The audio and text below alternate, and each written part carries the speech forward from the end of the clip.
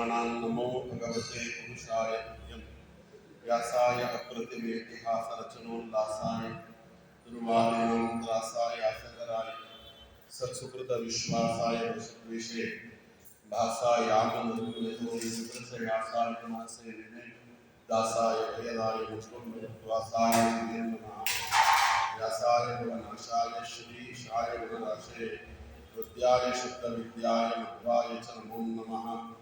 अहं भजे मुदा भजे सदां भजे कृतालयं कृपालयं देहे अच्युतालयं हरे वक्षस्थले दृष्ट्वा श्रीस्मितवानं पार्श्वे देवी करे चामरधारिणी भुजगभुवावमुद्यन्ते निजं दर्शिनं दर्शनाट्ये ललितमुद्रितविज्ञानमुद्रं भजकरमणितं नित्यमलपन्तं गुणतवान् प्राणिनां प्राणनाथं प्रणतिपीडये भुवनभो गुरुमखिलगुणगणं सत्त्वमयिकानिवासं शुभनमनिष्ठं सत्त्वनिष्ठं वरिष्ठं सकलसुजनशिष्टं नित्यविभूतकरत्नम् अयमुखपदनिष्ठं मामोदन्तप्रपन्नामामेवलसुन्दरगात्रं शुद्धकैवल्यपात्रं शिवगुणगणसान्द्रं भूमिभूषामहीन्द्रं विदितसकलशास्त्रं साक्षितं यतीन्द्रं दुर्लभं बाल्यं भूमिसत्त्वादिराजं मायूपवैरिणे मुद्गलात्मकमनचारिणे वचोलकरिणे वादिराजकेसरिणे मां कामधेनु यथा पूर्वं सर्वाष्टप्रदाताको वादिराजः श्रीकामो विदधत्तां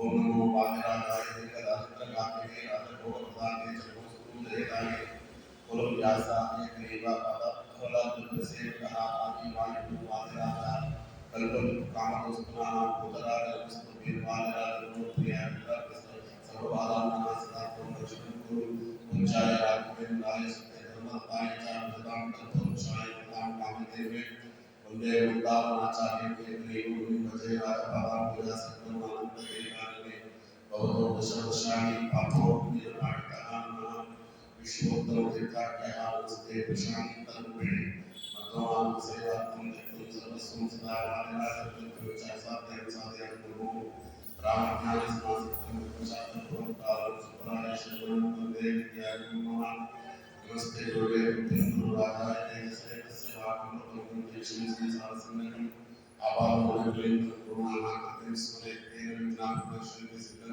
नमोता पृथ्वीमण्डलप्रदेशताः पूर्णभूतानां वैष्णवांशोदयाः तान्यस्य गुरुमुना समस्त सन्मङ्गलान् भवन्तु।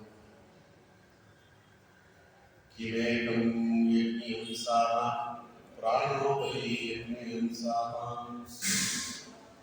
ಯಜ್ಞ ರಕ್ಷಣೆಗಾಗಿ ಇರುವಂತಹ ಸಾಮ ಯಾರ ಅಧೀನ ಅನ್ನುವಂತಹ ಯಮದೇವರ ಪ್ರಶ್ನೆಗೆ ಅದು ಮುಖ್ಯ ಪ್ರಾಣದೇವರ ಅಧೀನ ಅಂತ ಯಮಧರ್ಮರಾಜ ಅದನ್ನು ಉತ್ತರ ಕೊಟ್ಟ ಅನ್ನೋದನ್ನು ನಿನ್ನೆ ನೋಡ್ತಾ ಇದ್ವಿ. ಅದಕ್ಕೆ ಸಂವಾದಿಯಾಗಿ ಬೃಹದಾರಣ್ಯ ಉಪನಿಷತ್ತಿನಲ್ಲಿ ಬಂದಿರುವಂತಹ ಮಂತ್ರಗಳು, ಅದಕ್ಕೆ ಆಚಾರ್ಯರು ಕೊಟ್ಟಂತಹ ಭಾಷ್ಯ ಇವೆಲ್ಲವನ್ನ ನೋಡುವ ಪ್ರಯತ್ನ ಮಾಡ್ತಾ ಇವತ್ತು ಮಹಾಭಾರತದಲ್ಲಿ ಕರ್ಣ ಕೃಷ್ಣ ಪರಮಾತ್ಮನನ್ನು ಭೇಟಿಯಾದಾಗ, ಕೃಷ್ಣ ಪರಮಾತ್ಮ ಕರ್ಣನನ್ನು ಭೇಟಿಯಾದ ಉದ್ಯೋಗ ಪರ್ವದಲ್ಲಿ ಆವಾಗ ಆ ಮಾತುಕತೆಯನ್ನು ನಡೆಯುತ್ತೆ. ಅವೆಲ್ಲ ಇಲ್ಲಿ ಕರ್ಣ ಇಡೀ ಮಹಾಭಾರತ ಯುದ್ಧವನ್ನು ಯಜ್ಞಕ್ಕೆ ಹೋಲಿಸಿ ಅದರಲ್ಲಿ ಮುಖ್ಯ ಪ್ರಾಣದೇವರ ಅವತಾರಭೂತನಾಗಿರ್ತಕ್ಕಂಥ ಭೀಮಸೇನ ದೇವರೇ ಸಾಮದ ಸ್ಥಾನದಲ್ಲಿರ್ತಾರೆ ಎನ್ನುವುದನ್ನು ಇಲ್ಲಿ ತಿಳಿಸಿಕೊಡ್ತಾರೆ. ಪ್ರಸರೂತ ಸಾಮ ಅದನ್ನು ನಿರ್ವಹಿಸುವ ಸ್ಥಾನದಲ್ಲಿ ಮುಖ್ಯ ಪ್ರಾಣದೇವರು ಇದ್ದಾರೆ, ಭೀಮಸೇನ ದೇವರ ಅವತಾರದಲ್ಲಿ ಎನ್ನುವುದನ್ನು ತಿಳಿಸಿಕೊಟ್ಟ ಅದನ್ನು ನೋಡುವ ಪ್ರಯತ್ನ ಮಾಡೋಣ ಅಂತ ಕೃಷ್ಣನ ಬಳಿಯಲ್ಲಿ ಕರ್ಣ ತನ್ನ ಎಲ್ಲ ದುಃಖಗಳನ್ನು ಹೇಳಿಕೊಡ್ತಾ, ನಾನು ದುರ್ಯೋಧನನಿಗೆ ಪ್ರೀತಿಯಾಗಿ ಎನ್ನುವ ಒಂದೇ ಒಂದು ಕಾರಣದಿಂದ ಪಾಂಡವರನ್ನ ಇಲ್ಲ ಸಲ್ಲದ ರೀತಿಯಲ್ಲಿ ಕಟುವಾಗಿ ನಿಂದಿಸಿದ್ದೇನೆ, ನನಗೆ ಪಶ್ಚಾತ್ತಾಪ ಆಗ್ತಾ ಇದೆ. ಆದರೆ ದುರ್ಯೋಧನನಿಗೆ ಸಂತೋಷವಾಗಬೇಕು ಅನ್ನುವ ಕಾರಣಕ್ಕೆ ಹೀಗೆಲ್ಲ ಮಾಡಿದ್ದೇನೆ ಕೃಷ್ಣ. ಅದಕ್ಕೇನು ನನಗೆ ಶಿಕ್ಷೆ ಆಗುತ್ತೋ ಅದನ್ನು ನಾನು ಅನುಭವಿಸಲಿಕ್ಕೆ ಸಿದ್ಧನಿದ್ದೇನೆ ಅಂತ ಎದು ಅಬ್ರವಂ ಅಹಂ ಕೃಷ್ಣ ಕಟುಕಾನ್ ಸ್ವ ಪಾಂಡವಾನ್ ಪ್ರಿಯಾರ್ಥಂ ಧಾತರಾಷ್ಟ್ರಸ್ಯ ತೇನ ತಪ್ಸೇ ಅದ್ಯ ಕರ್ಮಣ ಅಂತ ಇದು ಕರ್ಣನ ಮಾತು.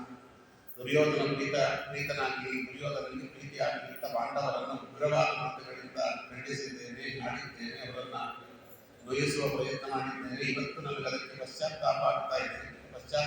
ಈ ಪಾಪಗಳೆಲ್ಲ ಹೋಗುವುದಿಲ್ಲ. ಅದಕ್ಕೆ ಮರಣಾಂತ ಪ್ರಾಯಶ್ಚಿತ್ತವೇ ಆಗಬೇಕು, ನಾನು ಮರಣ ಹೊಂದಲಿಕ್ಕೆ ಸಿದ್ಧನಿದ್ದೇನೆ. ಅದಕ್ಕೆ ನನಗೆ ಅರ್ಜುನನಿಂದ ಮರಣ, ಅದರಲ್ಲೂ ನಿನ್ನೆ ಎದುರುಗಡೆ ಮರಣ ಹೊಂದುವುದು, ಅರ್ಜುನನಂತಹ ಮಹಾನುಭಾವದಿಂದ ಕೃಷ್ಣ ಪರಮಾತ್ಮನ ಸನ್ನಿಧಾನದಲ್ಲಿ ಮರಣ ಹೊಂದುವುದು ಅನ್ನುವುದು ಬಹಳ ಅಪೂರ್ವವಾಗಿರ್ತಕ್ಕಂತಹ ಯೋಗ. ಅದು ಎಲ್ಲರಿಗೂ ದೊರೆಯದೇ ಇದ್ದಂತಹ ಯೋಗ ಅಂತ ಹೇಳುವಾಗ ಮಹಾಭಾರತದ ಯುದ್ಧವನ್ನ ಅಲ್ಲಿ ಯಜ್ಞಕ್ಕೆ ಹೋಲಿಸ್ತಾರೆ. ಧಾತರಾಷ್ಟ್ರಸ್ಯ ವಾಸುದೇವ್ಯ ಶಸ್ತ್ರಯಜ್ಞೋ ಭವಿಷ್ಯತಿ ಅಸ್ಯ ಯಜ್ಞಸ್ಯ ವಿಸ್ತಾರಂ ಭವಿಷ್ಯತಿ ಜನಾರ್ದನ. ದುರ್ಯೋಧನನ ಶಸ್ತ್ರಯಜ್ಞ ಅಂತ ಮಹಾಭಾರತದ ಯುದ್ಧ ಅಂದರೆ ದುರ್ಯೋಧನನ ಶಸ್ತ್ರಯಜ್ಞ. ಆ ಯಜ್ಞವನ್ನ ನೀನು ತಿಳಿದಿದ್ದಿ ಸ್ವಾಮಿ, ನಿನಗೆ ತಿಳಿದಿಲ್ಲ ಅಂತ ನಾನು ವರ್ಣನೆ ಮಾಡಿ ಹೊರಟಿಲ್ಲ.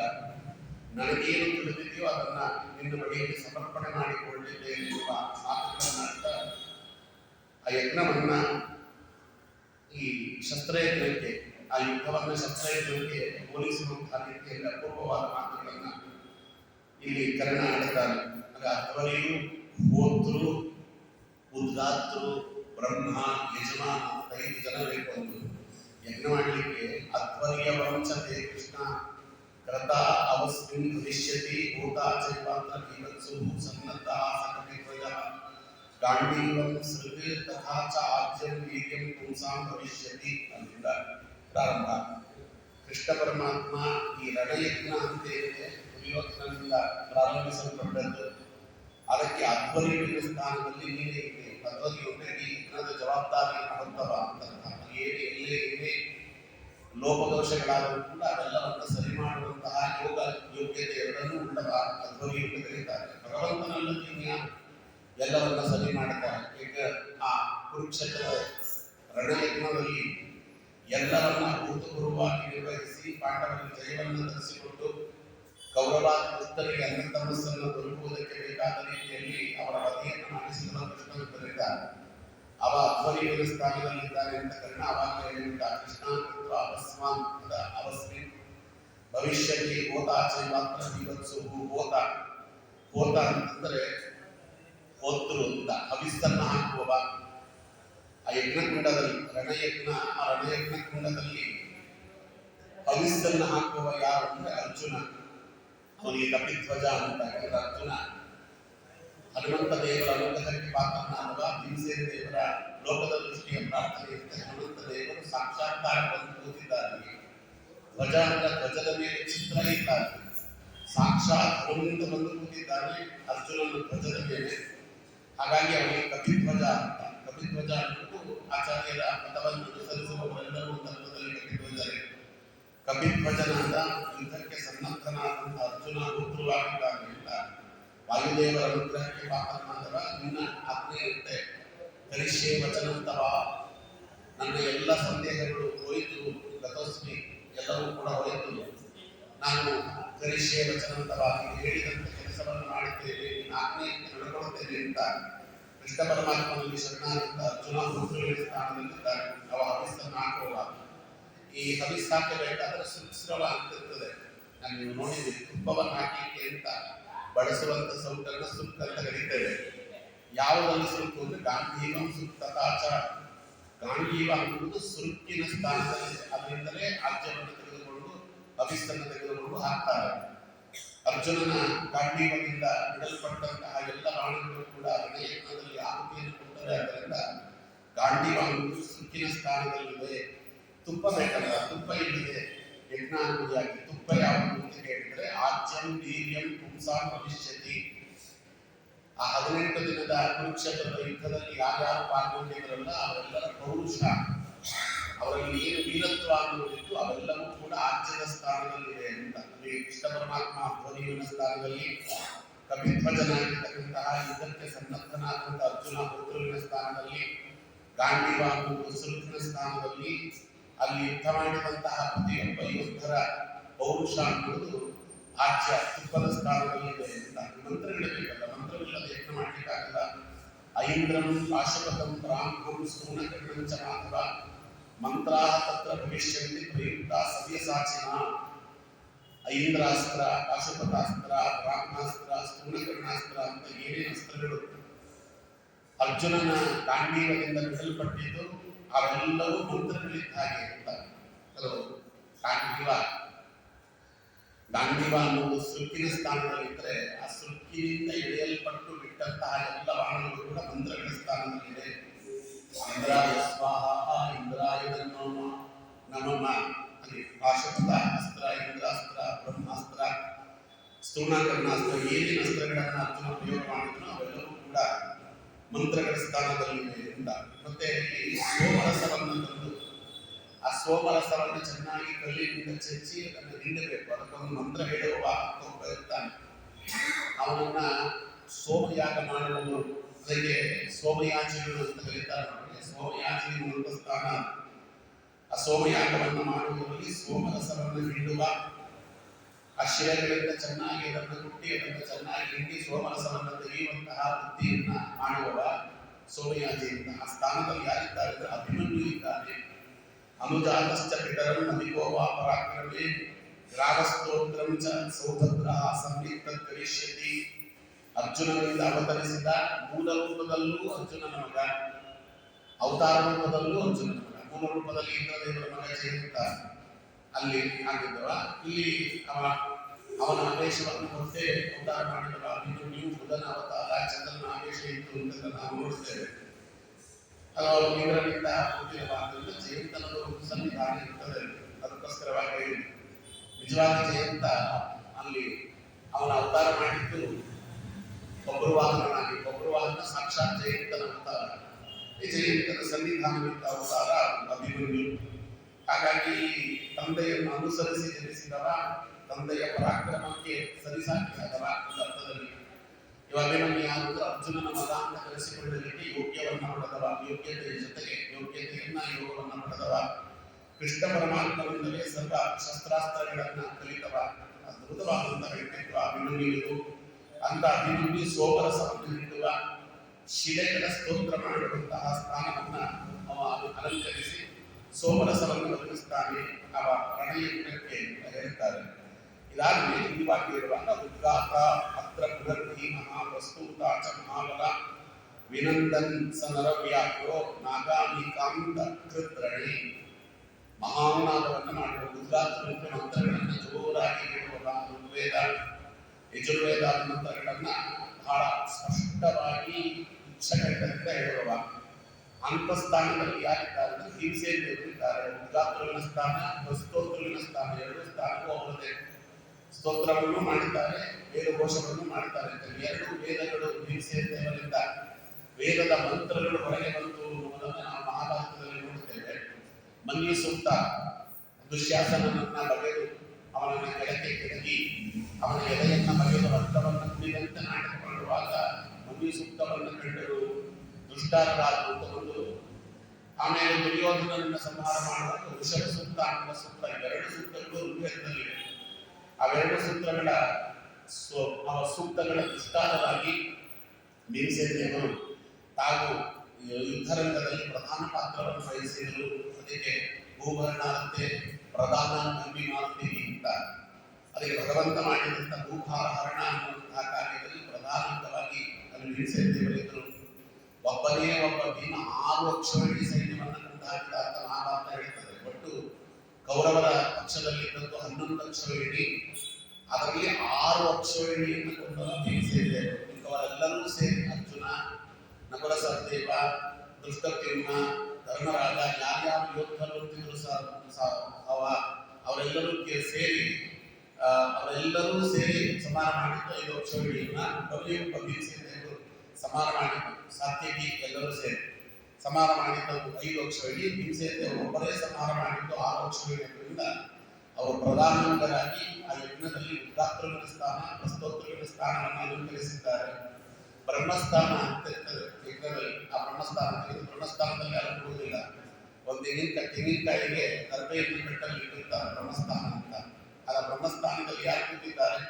ಸಚೈವ ತತ್ರ ಧರ್ಮಾತ್ಮ ಶಿಶ್ವತ್ರಾಗ ಯುಧಿಷ್ಠಿರ ಜಪೈಹಿ ಭೂಮಿಷ್ಠ ಸಂಯುಕ್ತ ಬ್ರಹ್ಮತ್ವಂ ಕಾಲೇಶ್ವರಿ ಅಂತ ಶಾಶ್ವತವಾದ ಧರ್ಮವನ್ನು ಮಾಡುವ ಧರ್ಮರಾಜ ಅಂತಲೇ ಲೋಕದಲ್ಲಿ ಪ್ರಖ್ಯಾತರಾದಂಥ ಯುಧಿಷ್ಠಿರ ಅವ ಬ್ರಹ್ಮಸ್ಥಾನದಲ್ಲಿ ಕೂತಿದ್ದಾನೆ ಅಂತ ಜಪಹೋಮಗಳಿಂದ ಕೂಡಿದವನಾಗಿ ಅರಣ್ಯಯಜ್ಞದಲ್ಲಿ ಬ್ರಹ್ಮಸ್ಥಾನದಲ್ಲಿ ಅವರು ಕೂತಿದ್ದಾರೆ ಅಂತ ಇಲ್ಲಿ ಹೇಳ್ತಾರೆ. ಇದಾದ ಮೇಲೆ ನಕುಲ ಸಹದೇವರು ಅವರಿದ್ದಾಗಲೇ ಶಂಖ ಶಬ್ದ ಸಮರೋಜ ಹೇಗೆಶ್ಚ ಮಧುಸೂದನ ಉತ್ಕೃಷ್ಟ ಸಿಂಹನಾದಶ್ಚ ಸುಬ್ರಹ್ಮಣ್ಯೋ ಭವಿಷ್ಯತಿ. ಹೇ ಮಧುಸೂದನನಾದ ಕೃಷ್ಣ, ಶಂಖವಾದ್ಯ ಮೊಳಗತ್ತೆ, ಶಂಖದ ವಾದ್ಯಗಳು ಮೊಳಗತ್ತೆ, ಶಂಖ ಶಬ್ದಗಳಾಗತ್ತೆ ರಣರಂಗದಲ್ಲಿ.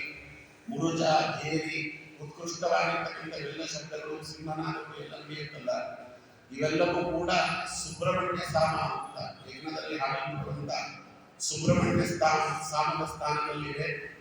ನಕುಲ ಸಹದೇವರು ನಕುಲ ಸಹದೇವಶ್ಚ ಮಾತೃಪುತ್ರೋ ಯಶಸ್ವಿನೋ ಶಾಮಿತ್ರಂ ತೌ ಮಹಾವೀರ್ಯೋ ಸಮ್ಯಕ್ ತತ್ರ ಕರಿಷ್ಯತಃ.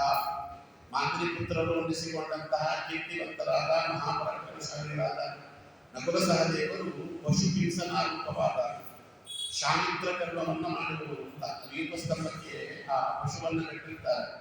ಆ ಪಶುವನ್ನು ತಂದು ಆ ಪಶುವನ್ನು ಬಲಿ ಕೊಡಬೇಕು. ಅದಕ್ಕಿಂತ ಮುಂಚೆ ಏನು ಕರ್ಮಗಳನ್ನು ಮಾಡುತ್ತಾರೆ, ಆ ಪಶು ಹಿಂಸನ ಕರ್ಮ ರೂಪವಾಗಿರ್ತಕ್ಕಂತಹ ಏನು ಶಾಮಿತ್ರ ಕರ್ಮ ಅಂತ ಏನು ಹೇಳ್ತಾರೆ, ಅದನ್ನು ಮಾಡುವ ಸ್ಥಾನದಲ್ಲಿ ನಕುಲ ಸಹದೇವರಿದ್ದಾರೆ. ಮತ್ತೆ ಅಗ್ನಿದ್ರವ ಸ್ಥಾನದಲ್ಲಿದ್ದಾರೆ ಅಂತ ಮೈತ್ರಾವರ್ಣ ಅಗ್ನಿದ್ರೋ ಮಹಾವೀರ್ಯೋ ಭವಿಷ್ಯತಿ ಅಂತ ಮೈತ್ರಾವರ್ಣ ಯಜ್ಞದಲ್ಲಿ ಮಹಾವೀರ್ಯರಾದಂಥ ನಕುಲ ಸಹದೇವರು ಅಗ್ನಿದ್ರ ಸ್ಥಾನದಲ್ಲಿ ಯೂಪಸ್ಥಾನ ಅಂತಿರ್ತದೆ. ಯೂಪಸ್ಥಾನ ನಮ್ಮ ಹೃದಯದಲ್ಲಿ ಯೂಪಸ್ಥಾನ ಇದೆ ಅಂತ ಯಜುರ್ವೇದ ಹೇಳ್ತದೆ. ಆ ಯೂಪಸ್ಥಾನದಲ್ಲಿ ಪಶುವನ್ನು ಕಟ್ತಾರಂತೆ. ನಮ್ಮ ಹೃದಯ ಯೂಪಸ್ಥಾನದಲ್ಲಿ ಕಟ್ಟುವಂತ ಪಶು ಕೋಪ ಅಂತ ಮನ್ಯ ಪಶು. ಅಲ್ಲಿಗೆ ಅದನ್ನು ತಸ್ಯ ಆತ್ಮಾನಿಜಮಾನ ಶ್ರದ್ಧಾ ಪತ್ನಿ ಶರೀರ ವಿಪನ್ನೋ ವೇದ ಲೋಮಾನಿ ಯಜುರ್ವೇದ ಹೃದಯ ಯೂಪ ಕಾಮ ಆಜ್ಯನ್ಮನ್ಯು ಪಶು ಯಜುರ್ವೇದ ಮಾತನ್ನ ಹೇಳ್ತದೆ. ನಮ್ಮ ದಿನನಿತ್ಯದ ಕರ್ಮಗಳಲ್ಲಿ ಜ್ಞಾನಯಜ್ಞ ಅನ್ನುವಂಥ ಯಜ್ಞವನ್ನು ಮಾಡಬೇಕು. ಜ್ಞಾನಯಜ್ಞ ಮಾಡುವುದಕ್ಕೆ ಯಾರು ಯಜಮಾನ ಅಂತ ಕೇಳಿದ್ರೆ ಜೀವಾತ್ಮನೇ ಯಜಮಾನ. ಸಪತ್ನೀಕವಾಗಿ ಯಜ್ಞ ಮಾಡಬೇಕು. ಯಾವುದು ಪತ್ನಿ ಅಂದರೆ ಶ್ರದ್ಧೆ ಎನ್ನುವುದೇ ಪತ್ನಿ. ಒಬ್ಬ ಮನುಷ್ಯನಿಗೆ ಯಾವುದು ಶ್ರದ್ಧೆ ಇರ್ತದೆ, ಶ್ರದ್ಧಾ ಪತ್ನಿ. ಅದಕ್ಕೆ ತಸ್ಯೈವಂ ಆತ್ಮ ಯಜಮಾನ ಶ್ರದ್ಧಾ ಪತ್ನಿ ಶರೀರ ಬಿಂಬಪುರೋ ವೇದ ಲೋಮಾನಿ.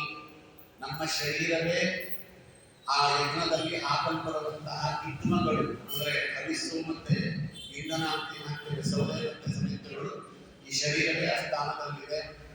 ಆ ಶರೀರ ವೇದ ಲೋಮಾನಿ. ನಮ್ಮ ಹೃದಯ ಪ್ರದೇಶದಲ್ಲಿ ಬೆಳೆಯುವಂತಹ ಕೂದಲುಗಳಿದೆ. ಆ ಕೂದಲುಗಳು ದರ್ಭೆಯ ಸ್ಥಾನದಲ್ಲಿವೆ. ಹೃದಯ ಮತ್ತೆ ಯಜ್ಞಕುಂಡವನ್ನು ಇಡುವಂತಹ ಸ್ಥಾನದಲ್ಲಿದೆ. ಇಡೀ ದೇಹ ಯಜ್ಞಭೂಮಿ ಅಂತ ಹೇಳ್ತಾ ಲೋಮಾನಿ ಹೃದಯ ಇದೆಲ್ಲ ನಮ್ಮ ಹೃದಯ ಯೂಪಸ್ಥಾನ. ಯೂಪಸ್ತಂಭ ಅಂತ ಒಂದು ಸ್ತಂಭವನ್ನು ನೆಟ್ಟಿರ್ತಾರೆ. ಅದಕ್ಕೆ ಪಶುವನ್ನು ನೆಟ್ಟಿರ್ತಾರೆ. ಅಲ್ಲಿ ಯಜ್ಞದ ಕೊನೆಯಲ್ಲಿ ಆ ಪಶುವನ್ನು ಬಲಿ ಕೊಡಬೇಕು ಅಂತ. ಅದಕ್ಕೆ ಹೃದಯ ಅನ್ನುವುದು ಯೂಪಸ್ಥಾನ. ಕಾಮ ಆಜ್ಯಂ, ನಾವು ಮಾಡುವಂತಹ ವಿವಿಧವಾದ ಕಾಮನೆಗಳು ಲೋಕದಲ್ಲಿ ಅವೆಲ್ಲವೂ ಕೂಡ ತುಪ್ಪದ ಸ್ಥಾನದಲ್ಲಿದೆ. ಕಾಮ ಆಜ್ಯಂ ಮನ್ಯು ಪಶು ಕೋಪ ಅನ್ನುವುದನ್ನೇ ಪಶುವಿನ ಸ್ಥಾನದಲ್ಲಿ ಕಟ್ಟಿದ್ದಾರೆ. ಯಾವತ್ತು ಕೋಪ ಅನ್ನುವಂಥ ಪಶು ನಮ್ಮಿಂದ ಬಲಿ ಕೊಡಲ್ಪಡುತ್ತದೆ ಆತ್ಮಯಜ್ಞದಲ್ಲಿ ಜ್ಞಾನಯಜ್ಞದಲ್ಲಿ, ಅವತ್ತು ಆ ಜೀವಿ ಎನ್ನುವ ಮೋಕ್ಷಕ್ಕೆ ಹೋಗ್ತಾನೆ ಅಂತ ಹೇಳ್ತಾರೆ. ಅದನ್ನ ಇಲ್ಲಿ ಸೇರಿಸಿಕೊಂಡ್ರೆ ಅಂತ. ಹಾಗಾಗಿ ಯೂಪಸ್ತಂಭ ಅಂತ. ಅದಕ್ಕೆ ಕಲ್ಮಾಂಶ ಗಂಡ ಗೋವಿಂದ ರಥವಂತಯ ಯೂಪ ಸಮೂಪಕತ್ವಂ ತಾಂ ಅಸ್ಮಿನ್ ಯಜ್ಞೇ ಜನಾರ್ದನ. ಕುಷ್ಮಾಂಡ ಇವತ್ತು ಕುಷ್ಮಾಂಡ ಅಂದರೆ ಗುರುಗುಂಬಳಗಾಗಿತ್ತ ಅವೆಲ್ಲ ಛೇದನ ಅನ್ನುವುದಿದೆ. ಅದು ಮಾಡುವಂತಹ ಯೂಪಸ್ತಂಭದ ಸ್ಥಾನಗಳು ಯಾವುವು ಅಂದರೆ ಕಪ್ಪು ಮತ್ತು ಬಿಳಿ ವರ್ಣದ ದಂಡಗಳನ್ನು ಹೊಂದಿರುವಂತಹ ರಥ ಸಮೂಹ. ರಥ ಏನಿದೆ, ರಥದ ಮಧ್ಯದಲ್ಲಿ ಕಂಬಗಳಿರ್ತವಲ್ಲ, ಆ ಕಂಬ ಇದ್ದರೆ ಕಂಬದ ಮೇಲೆ ಛತ್ರಿ ಇರೋದಿಗೆ ಅದನ್ನು ಹೊರ್ಕೊಳ್ಳಿಕ್ಕೆ ಅಂತ ಯೋಧನಾದ ಅಲ್ಲಿ ಕೂತು ಆ ಕಂಬವನ್ನೇ ಆಧಾರ ಮಾಡಿಕೊಂಡು ಯುದ್ಧವನ್ನು ಮಾಡುತ್ತಾರೆ. ಆ ಯೂಪಸ್ತಂಭ, ಅದನ್ನೇ ಯೂಪಸ್ತಂಭ ಅಂತ ಇಲ್ಲಿ ನಾವು ಅನುಸಂಧಾನ ಮಾಡಿಕೊಳ್ಳಬೇಕು ಅಂತ ಕಾರಣ ಹೇಳಿದ. ಅಲ್ಲಿ ಕೆಲವು ಕಪ್ಪು ಬಣ್ಣದ ಸ್ತಂಭಗಳು, ಕೆಲವು ಬಿಳಿ ಬಣ್ಣದ ಸ್ತಂಭ, ಪಾಂಡರ ವರ್ಣ ಅಂತ ಎರಡು ಸ್ತಂಭಗಳಿವೆ. ಅಂತ ಸ್ತಂಭಗಳನ್ನು ಹೊಂದಿರುವಂತಹ ರಥ ಸಮೂಹಗಳನ್ನ ಯಜ್ಞದಲ್ಲಿ ಯೂಪಸ್ಥಾನದ ಭಾಗಗಳು ಅಂತ ಸ್ವೀಕಾರ ಮಾಡಿ ಅಂತ ಹೇಳಿದ. ಮತ್ತೆ ಕಲಶ ಬೇಕಲ್ಲ, ಕಲಶ ಬೇಕು, ಪವಿತ್ರ ಬೇಕು ಯಜ್ಞ ಮಾಡಲಿಕ್ಕೆ. ಕರ್ಣಿ ನಾಲಿಕ ನಾರಾಚ ವತ್ಸ ದಂತಾಶ್ಚ ಪರಿವೀಣ ತೋಮರ ಸೋಮ ಕಲಶ ಪವಿತ್ರಾಣಿ ಧನುಷಿಚ. ಕರ್ಣಿ ನಾಲಿಕ ನಾರಾಚ ಅಂತ ನವಿಲುಗರಿಗಳಿಂದ ಕೂಡಿದಂತ ಬಾಣ ವಿಶೇಷಗಳು. ನವಿಲುಗಿರಿಯನ್ನು ಹಿಂದೆ ಕಟ್ಟಿರ್ತಾರಂತೆ, ಅದು ಬಾಣ ಬಿಟ್ಟಾಗ ಸರಿಯಾಗಿ ಹೋಗಿ ಬಿಡಿ ಅಂತ. ಅದು ಗಾಳಿಯಲ್ಲಿ ಹೋಗಬೇಕಲ್ಲ, ಪುಕ್ಕಗಳೇ ಹಿಂದ್ಗಡೆ ಇದ್ರೆ ಸರಿಯಾಗಿ ಹೋಗ್ತದೆ. ಔದಾಚಾರ ಅಂತ ಹೇಳಬೇಕಾಗಿಲ್ಲ. ಇವತ್ತು ಶಟಲ್ ಕಾಕ್ ಅಲ್ಲಿ ಕಾಪಾಡ್ತಾರಲ್ಲ, ಆ ಶಟಲ್ ಕಾಕಿನ ಕಾನ್ಸೆಪ್ಟ್ ಬಂದದ್ದೇ ಬಾಣಗಳಿಂದ. ಅದು ಗಾಳಿ ಇದ್ರೂ ಕೂಡ ಗಾಳಿಯಲ್ಲಿ ಒಂದೇ ಸಮಯ ಯಾವ ಗುರಿಯನ್ನಿಟ್ಟು ಬಾಣಗಳು ಬಿಡಲ್ಪಟ್ಟಿರ್ತಾವೋ ಆ ಗುರಿಗೆ ಸರಿಯಾಗಿ ಮುಟ್ಟಬೇಕು ಅಂದ್ರೆ ಅದ್ರ ಹಿಂದೆ ನವಿಲುಗರಿಗಳನ್ನು ಕಟ್ಟಿರ್ತಾರೆ. ನವಿಲುಗರಿ ಅದಕ್ಕೆ ಕರ್ಣಿಕ, ನಾವಿಕ, ನಾರಾಚ ಅಂತ ಬಾಣಗಳು, ಬಾಣ ವಿಶೇಷಗಳು. ಆ ಬಾಣ ವಿಶೇಷಗಳು ಮತ್ತೆ ತೋಮರಗಳು ಸೋಮ ಕಲಶಗಳ ಸ್ಥಾನದಲ್ಲಿವೆ. ಕಲಶ ಸ್ಥಾಪನೆ ಆಗಿರ್ತದೆ ಹೋಮ ಆಗುವಾಗ. ಸೋಮ ಕಲಶಗಳು ಅಂತ ಸೋಮ ಕಲಶಗಳ ಸ್ಥಾನದಲ್ಲಿ ಅವೆಲ್ಲ ಇದೆ. ಪವಿತ್ರ ಯಾವುದು ಅಂದ್ರೆ ಕೈಗೆ ಪವಿತ್ರವನ್ನ ಧರಿಸಿಕೊಂಡು ಯಾಗ ಮಾಡಬೇಕು. ಯಾವುದು ಪವಿತ್ರ ಅಂತ ಕರ್ಣ ಹೇಳ್ತಾನೆ, ಪವಿತ್ರ ಧನುಷಿಜ, ಕೈಯಲ್ಲಿ ಹಿಡಿದಿರುವಂತ ಧನುಸ್ಸೆ ಕ್ಷತ್ರಿಯರಿಗೆ ಪವಿತ್ರ. ಬ್ರಾಹ್ಮಣರಾದವರು ಕೈಗೆ ಪವಿತ್ರವನ್ನು ಹಾಕೊಳ್ತಾರೆ. ಅದು ಪಿತೃಯಜ್ಞ ಮಾಡುವಾಗ 3 ದಬ್ಬೆಯಿಂದ ಮಾಡಿದ್ದು, ಮತ್ತೆ ಹವ್ಯ ಯಜ್ಞಾದಿಗಳನ್ನು ಮಾಡುವಾಗ 2 ದಬ್ಬೆಗಳಿಂದ ಮಾಡಿದ್ದನ್ನು ಕೈಗೆ ಹಾಕೊಳ್ತಾರೆ. ಧನುಸ್ಸು ಆ ಪವಿತ್ರದ ಸ್ಥಾನದಲ್ಲಿದೆ ಅಂತ. ಹವಿಸ್ಸನ್ನು ಅರ್ಪಣೆ ಮಾಡಬೇಕಲ್ಲ. ಹವಿಸ್ ಯಾವುದು ಅಂತ ಕೇಳಿದ್ರೆ ಅಸಯೋತ್ರ ಕಪಾಲ ಪುರೋಡಾಶ ಶಿರಂಸಿಚ ಅವಿಸ್ತು ಹೃದಯ ಕೃಷ್ಣ ತಸ್ಮಿನ್ ಯಜ್ಞೆ ಭವಿಷ್ಯತಿ. ಕಪಾಲಗಳು, ತಲೆ ಬುರುಡೆಗಳು ಕೆಳಗಡೆ ಬೀಳುತ್ತವೆ, ಖಡ್ಗಗಳು ಗುರಿದಿಯನ್ನು ಬೀಳುತ್ತವೆ. ಆಮೇಲೆ ಇವೆಲ್ಲವೂ ಕೂಡ ಏನೇನಿಲ್ಲ ಮೈಕೈಯಲ್ಲಿರುವಂತಹ ರಕ್ತಕ್ಕೆ ಸುರಿಯುವುದು, ಅಂಗ ಪ್ರತ್ಯೇಕಗಳು, ಕೈ ಕಾಲು ಚಿತ್ರವಾಗಿ ಬೀಳುವುದಿಲ್ಲ. ಇದೇ ಪುರೋಡಾಶಗಳು ಅಂತ. ಇದನ್ನೇ ಪುರೋಡಾಶ ಅನ್ನುವ ಹವಿಸ್ಸನ್ನಾಗಿ ಈ ಯಜ್ಞಗಳಲ್ಲಿ ಉಪಯೋಗಿಸುತ್ತಾರೆ. ಹವಿಸ್ ಯಾವುದು ಮುಖ್ಯವಾಗಿರ್ತಕ್ಕಂಥ ಹವಿಸ್ಸು, ದ್ರವರೂಪದ ಹವಿಸ್ ಯಾವುದು ಅಂದ್ರೆ ರಕ್ತ ಅಂತ. ಹವಿಸ್ತು ರುದಿರಂ ಕೃಷ್ಣ ತಸ್ಮಿನ್ ಯಜ್ಞೆ ಭವಿಷ್ಯತಿ. ಈ ಕುರುಕ್ಷೇತ್ರ ಅನ್ನುವ ಹೃದಯದಲ್ಲಿ ಈ ಎಲ್ಲ ಸೈನಿಕರ ಹೃದಯದಿಂದ ಹರಿಯಲ್ಪಡುವ, ದೇಹದಿಂದ ಹರಿಯಲ್ಪಡುವ ರಕ್ತ ಇದೆಯಲ್ಲ, ಅದು ಹವಿಸ್ಸಿನ ಸ್ಥಾನದಲ್ಲಿದೆ ಅಂತ. ಮತ್ತೆ ಇದ್ಮ ಪರಿಧಿ ಅಂತ ಇದೆ. ಇದ್ಮದಹನ ಅಂತ. ಅದು ಕೆಲವು ವಿಶೇಷಗಳು ಸಮಿತಿಗಳಲ್ಲಿ ಪರಿಧಿ ಇದ್ಮ. ಅದು ಯಾವುದಂದ್ರೆ ಇದ್ಮಾಹ ಪರಿಧಯಶ್ಚೈವ ಶಕ್ತಯೋ ವಿಮಲಾಕದ ಸದಸ್ಯ ದ್ರೋಣ ಶಿಷ್ಯಾಶ್ಚ ಕೃಪಸ್ಯ ಶರತ್ವತಃ ಅಂತ.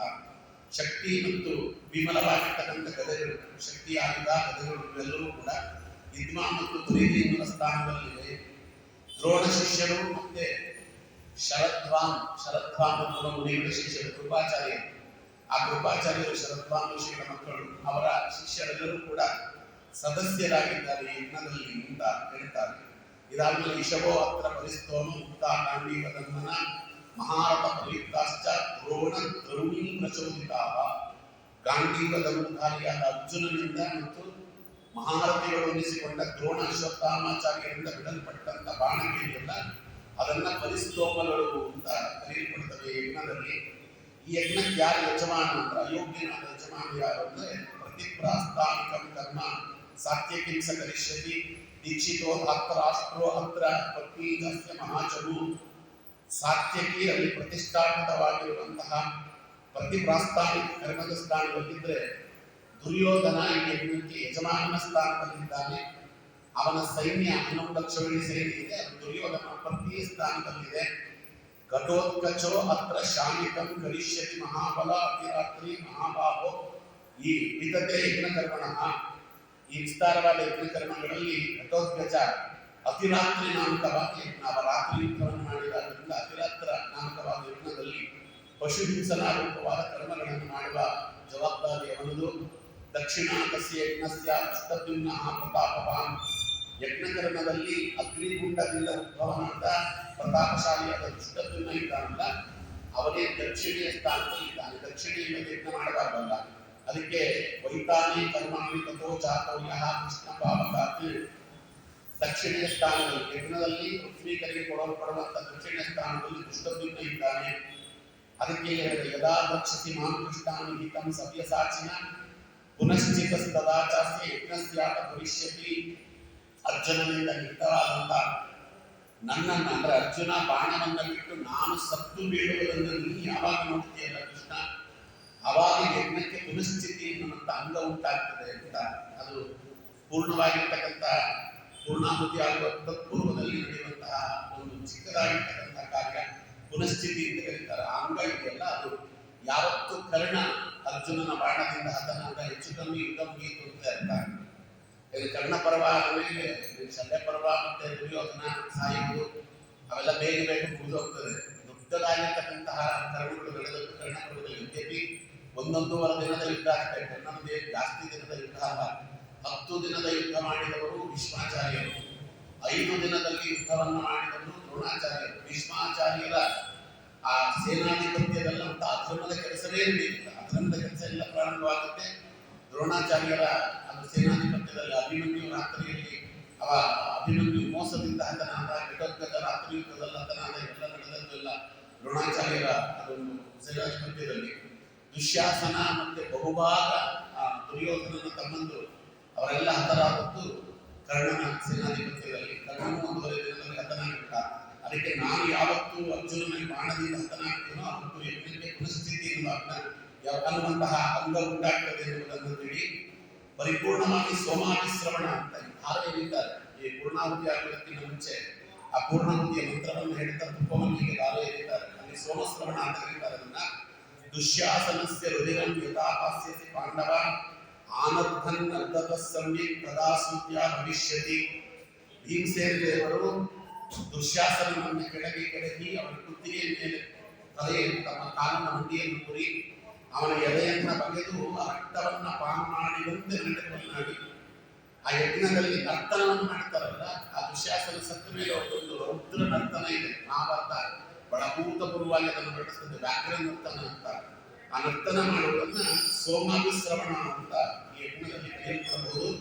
ಯದಾ ದ್ರೋಣಂಚ ಭೀಷ್ಮಂಚ ಪಾಂಚಾಲ್ಯೋ ಪಾಕಲಿಷ್ಯತಿ ತದಾ ಯಜ್ಞಾವಸಾನಂತದ್ದು ಭವಿಷ್ಯತಿ ಜನಾರ್ದನ. ಯಾವಾಗ ಶಿಖಂಡಿಯಿಂದ ಭೀಷ್ಮಾಚಾರ್ಯ ಸಾಯ್ತಾರೆ, ದುಷ್ಟದ್ಯುಮ್ನನಿಂದ ದ್ರೋಣಾಚಾರ್ಯ ಸಾಯ್ತಾರೆ, ಈ ಯಜ್ಞಕ್ಕೆ ಅವಸಾನ ಅನ್ನೋದು ಉಂಟಾಗ್ತದೆ. ಇನ್ನೇನು ಯಜ್ಞ ಮುಗಿಯಿತು ಅಂತ ಅರ್ಥ. ಕೊನೆಗೆ ಯಜ್ಞ ಮುಗಿದದ್ದು ಯಾವಾಗ ಅಂದ್ರೆ ದುರ್ಯೋಧನ ಯದಾ ಹಂತ ಭೀಮಸೇನೋ ಮಹಾಬಲ ತದಾ ಸಮಾಪ್ಯತೆ ಯಜ್ಞ ತಾಂತ್ರಾಷ್ಟ್ರಸ್ಯ ಮಾಧವ. ಮಹಾಬಲಶಾಲಿಯಾದ ಭೀಮಸೇನ ದೇವರು ಯಾವಾಗ ದುರ್ಯೋಧನ 2 ತೊಡೆಯನ್ನು ಮುರಿದು ಆ ದುರ್ಯೋಧನನ ಸಾವಿಗೆ ಕಾರಣರಾಗ್ತಾರೆ, ಅವತ್ತು ಯಜ್ಞ ಸಮಾಪ್ತಿಯಾಗ್ತದೆ ಅನ್ನುವುದನ್ನು ಇಲ್ಲಿ ಹೇಳ್ತಾನೆ. ಅದಕ್ಕೆ ಈ ಯಜ್ಞದಲ್ಲಿ ಅವಭೃತ ಸ್ನಾನ ಅಂತ. ಯಜ್ಞ ಮುಗಿದ ಮೇಲೆ ಅವಭೃತ ಸ್ನಾನ ಮಾಡಬೇಕು ಪುಣ್ಯತೀರ್ಥಗಳಿಂದ. ಸ್ನುಷಾಶ್ಚ ಪ್ರಸ್ನುಷಾಶ್ಚೈವ ಶಾಸ್ತ್ರಾಸ್ತ್ರಸ್ಯ ಸಂಗತ ಹತೇಶ್ವರ ಹತಸುತ ಹತಪೌತ್ರಶ್ಚ ಕೇಶವ ಗಾಂಧಾರ್ಯ ಸಹರ್ವದಂತ್ಯ ಶ್ವಾಗೃದ್ರ ಶಕುನಾಂಗುಲೆ ಸಯಜ್ಞ ಅಸ್ಮಿನ್ ಅವಭೃತೋ ಭವಿಷ್ಯತಿ ಜನಾರ್ದನ.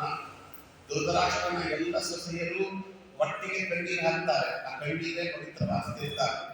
ಅವರ ಸೊಸೆಯರು ಮಕ್ಕಳನ್ನ ಮೊಮ್ಮಕ್ಕಳನ್ನ ತನ್ನ ಪತಿಯರನ್ನ ಕಳೆದುಕೊಂಡು ಅವರೇನು ಕಣ್ಣೀರು ಹಾಕ್ತಾರಲ್ಲ, ಆ ಕಣ್ಣೀರೇ ಪವಿತ್ರವಾಗಿರ್ತಕ್ಕಂತಹ ಪುಣ್ಯ ನದಿ. ಅದರಲ್ಲಿ ಅವಭೃತ ಸ್ನಾನವಾಯಿತು ಅಂತ. ರಣರಂಗದಲ್ಲಿ ಚಿಲ್ಲಾಪಿಲ್ಲಿಯಾಗಿ ಬಿದ್ದಿರುವಂತಹ ಕೌರವರ ದೇಹಗಳು, ಅದನ್ನು ನಾಯಿ, ನರಿ, ರಣಹದ್ದು ಇವೆಲ್ಲವೂ ಕೂಡ ಅದನ್ನು ಕಚ್ಚಿ ತಿಂದು ಅದನ್ನ ನೋಡಿ ಗಾಂಧಾರಿ ಯಾವಾಗ ಜೋರಾಗಿ ಬಿಡ್ತಾಳಲ್ಲ, ಅದು ಅವಭೃತ ಸ್ನಾನದ ಕೊನೆ ಭಾಗ ಅಂತ. ಮೊದಲು ಮೆಲ್ಲಗೆ ನೀರು ಹಾಕಿ ಕೊನೆಯಲ್ಲಿ ಜೋರಾಗಿ ನೀರನ್ನು ಹಾಕಿ ಅವಭೃತ ಸ್ನಾನ ನಡೆಸ್ತಾರೆ. ಅದಕ್ಕೆ ಮೆಲ್ಲಗೆ ನೀರನ್ನು ಹಾಕುವುದು ಗಾಂಧಾರಿಯ ಸೊಸೆಯರು ಅಡುವಂತಹ ಕಣ್ಣೀರು. ಗಾಂಧಾರಿ ಕಣ್ಣು ಕೊಟ್ಟು ಭಗವಂತ ಅವೆಲ್ಲವನ್ನು ಕೊನೆಯಲ್ಲಿ ತೋರಿಸಿಬಿಡ್ತಾನೆ. ಯಾಕಂದ್ರೆ ಅದು ನೋಡ್ಲಿಲ್ಲ ಅಂತ ಅವಳು ಕೃಷ್ಣನಿಗೆ ಶಾಪ ಹಾಕುವುದಿಲ್ಲ. ಅವಳಿಗೆ ಅಧಿಕವಾಗಿರ್ತಕ್ಕಂಥ ಪುಣ್ಯ ಏನು ಬಂದಿದೆ, ಪತಿವ್ರತ ಧರ್ಮವನ್ನು ಆಚರಣೆ ಮಾಡಿದ್ರಿಂದ ಅದನ್ನು ಕಳ್ಕೊಳ್ಳೇಬೇಕು, ಕೃಷ್ಣನಿಗೆ ಶಾಪ ಹಾಕಲೇಬೇಕು. ಅದರಿಂದ ಅವಳು ಕೋಪ ಬರಬೇಕು. ಕೃಷ್ಣ ಪರಮಾತ್ಮ ಕೊಂಚ ಹೊತ್ತು ಅವಳಿಗೆ ದಿವ್ಯ ದೃಷ್ಟಿಯನ್ನು ಕೊಟ್ಟು ಅವಳು ಅಲ್ಲಿ ರಣನಂತರ ಎಲ್ಲ ದೃಶ್ಯಗಳನ್ನು ತೋರಿಸಿದಾಗ ಅವಳಿಗೆ ಕೋಪ ಬರ್ತದೆ. ಯಾವಾಗ ಅವಳು ಜೋರಾಗಿ ಕಳ್ತಾಳಲ್ಲ, ಅತ್ತಂತಹ ಸ್ಥಾನ ಅವಭೃತ ಸ್ಥಾನವಾಗ್ತದೆ ಅಂತ. ಹೀಗೆ ಈ ಪೂರ್ತಿಯಾಗಿರ್ತಕ್ಕಂತಹ ಯಜ್ಞವನ್ನ ಕರ್ಣನ ಬಾಯಲ್ಲಿ ಹೇಳಿಸಿದ್ದಾರೆ ವೇದವ್ಯಾಸದೇವರು. ಅಲ್ಲೂ ಅದನ್ನು ಹೇಳುವಾಗ ಭೀಮಸೇನ ದೇವರು 2 ಭಾಗ, ಒಂದು ಉದ್ಗಾತ್ರವಿನ ಸ್ಥಾನದಲ್ಲಿ ಮತ್ತೆ ಪ್ರಸರತ್ರು, ಅದಕ್ಕೆ ಉದ್ಗಾತ್ರವಿನ ಸ್ಥಾನ ಭೀಮಸೇನ ದೇವರದು, ಆಮೇಲೆ ಪ್ರಸ್ತೋತ ಅದರ ಸ್ಥಾನ, ಅದಾದ್ಮೇಲೆ ಸಾಮಗಾನ ಮಾಡುವಂತಹ ಸ್ಥಾನದಲ್ಲಿ, ಆಮೇಲೆ ದುರ್ಯೋಧನ ಮತ್ತೆ ದುಶಾಸನರ ಸಂಹಾರ ಮಾಡುವಂತಹ ಸ್ಥಾನದಲ್ಲಿ ಆ ಭೀಮಸೇನ ದೇವರು ಮುಖ್ಯವಾಗಿ ಪ್ರಮುಖವಾಗಿ ನಿಂತು ಯಜ್ಞದ ಪೂರ್ಣ ಹೊಣೆಯನ್ನು ಒಂದು ಅರ್ಥದಲ್ಲಿ ಹೊರತಿದ್ದಾರೆ ಅಂತ ಹೇಳಿದ್ದಾರೆ. ಇದು ನಾವು ಮಹಾಭಾರತದಲ್ಲೇ ನೋಡಬಹುದಾಗಿರ್ತಕ್ಕಂಥ ಯಜ್ಞದ ವರ್ಣನೆ. ಇದನ್ನ ಆಧಾರವಾಗಿಟ್ಟುಕೊಂಡೆ ಪ್ರಾಣವು ಯಜ್ಞೇಂಸಾಹ, ಪ್ರಾಣನ ಅಗ್ನಿಯಲ್ಲಿ ಯಜ್ಞದ ರಕ್ಷಣೆ ಇದೆಯಲ್ಲ, ಯಜ್ಞದ ರಕ್ಷಣೆಗೆ ಬಳಸುವಂತ ಸಾಮ ಪ್ರಾಣದೇವರ ಅನುಗ್ರಹ ಇದ್ದರೆ ಯಜ್ಞದ ರಕ್ಷಣೆ ಆಗ್ತದೆ ಎನ್ನುವುದನ್ನು ಇಲ್ಲಿ ಹೇಳ್ತಾರೆ. ಮತ್ತೆ ಕಿಮೇಕಂ, ಇದು 18ನೇ ಪ್ರಶ್ನೆ. ಕಿಮೇಕಂ ಯಜ್ಞಂ ಯಜುಹು, ಕಿಂ ಏಕಂ ಯಜ್ಞಂ ಯಜುಹು ಅಂತ ಪ್ರಶ್ನೆ. ಲಕ್ಷ ಅಲಂಕಾರದಲ್ಲಿ ರಾಜರಾಜ ನಿರ್ಣಯದ ಒಂದು ಆ ನೆರಳಿನಲ್ಲಿ ಕೊಡುವಂತ ಪ್ರಯತ್ನ ಮಾಡುತ್ತಾ ಇದ್ದೇನೆ. ಕಿಮೇಕಂ ಯಜ್ಞಂ ಯಜುಹು, ಯಜ್ಞ ರಕ್ಷಣೆ ಮಾಡುವಂತಹ ಯಜುರ್ವೇದದ ಮಂತ್ರಗಳಿದೆಯಲ್ಲ, ಆ ರಕ್ಷೋಜ್ಞಾದಿ ಮಂತ್ರಗಳಿದೆ. ಆ ಮಂತ್ರಗಳನ್ನ ಹೇಳಿದ್ರೆ ಭೂತ ಪ್ರೇತ ಪಿಶಾಚಾರಿಗಳ ಹತ್ರ ಬರುವುದಿಲ್ಲ ಅಂತ. ಅದು ಯಾರ ಅಧೀನ ಅಂತ ಅದಕ್ಕೆ ಇಲ್ಲ ಹೇಳಿದ ಮನೋವೈಜ್ಞ ಯಜುಹು, ಮನಸ್ಸಿನ ಅಧೀನ. ಮನೋತತ್ವಾಭಿಮಾನ ದೇವತೆ ರುದ್ರದೇವರು. ಆ ರುದ್ರದೇವರ ಸ್ಮರಣೆ ಎನ್ನುವುದು ಭೂತೋಚ್ಚಾಟನೆ ಮಾಡ್ತದೆ ಎನ್ನುವುದನ್ನು ನಾವು ನೋಡಿದ್ದೇವೆ. ಅಲ್ಲಿ ದಿನಂಪ್ರತಿ ಸಂಧ್ಯಾವನೆ ಮಾಡುವ ಅಭ್ಯಾಸವಿದ್ದವರಿಗೆ ಆ ಭೂತೋಚ್ಚಾಟನೆ ಮಂತ್ರದಲ್ಲಿ ಶಿವಾತ್ಮೆಯ ಅಂತ ಒಂದು ಮಂತ್ರ ಬರುತ್ತದೆ ಅಲ್ವಾ? ಅಪಸರ್ಪಂತು ಏ ಭೂತಾತೆ ಭೂತ ಸಂಸ್ಥಿತ ಏ ಭೂತ ವಿನಕರ್ತಾರ ಏನಿಶ್ಚಂತು ಶಿವಾತ್ಮೆಯ ಅಂತಿದೆ.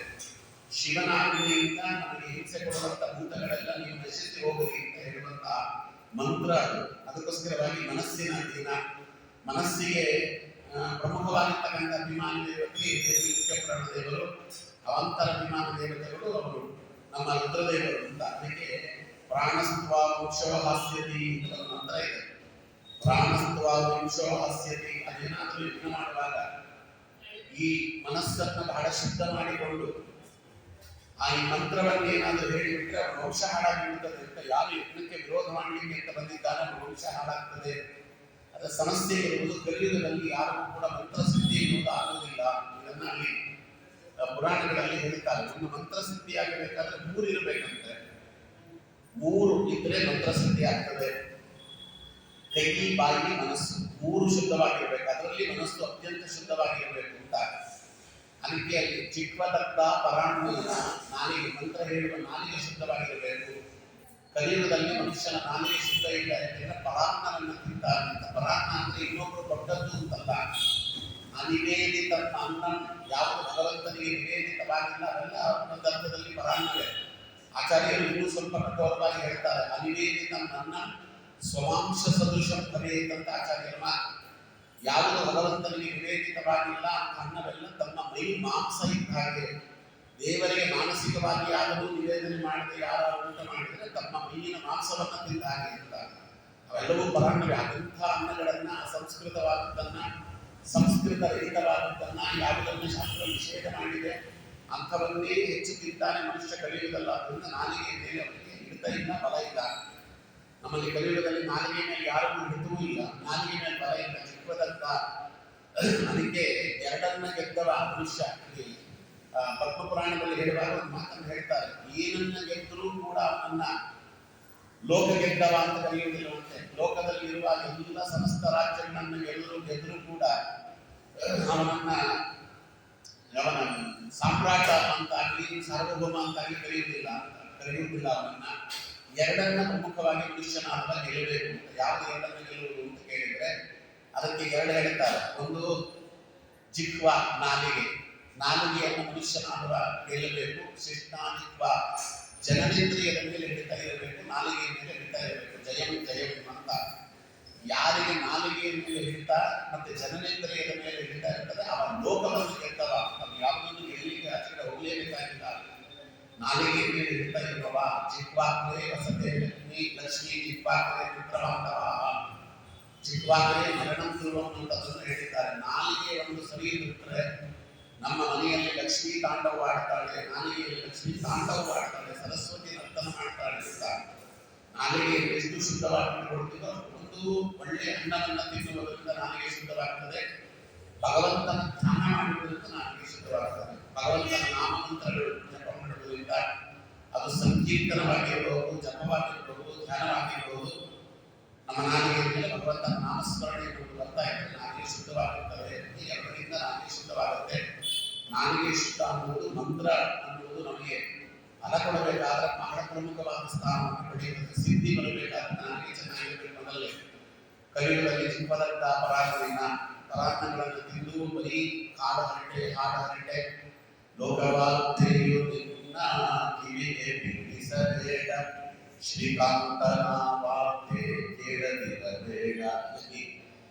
ಚಿರಂಜೀವಿಯಾಗಿರುವ ಚಿನ್ನ ನೀನು.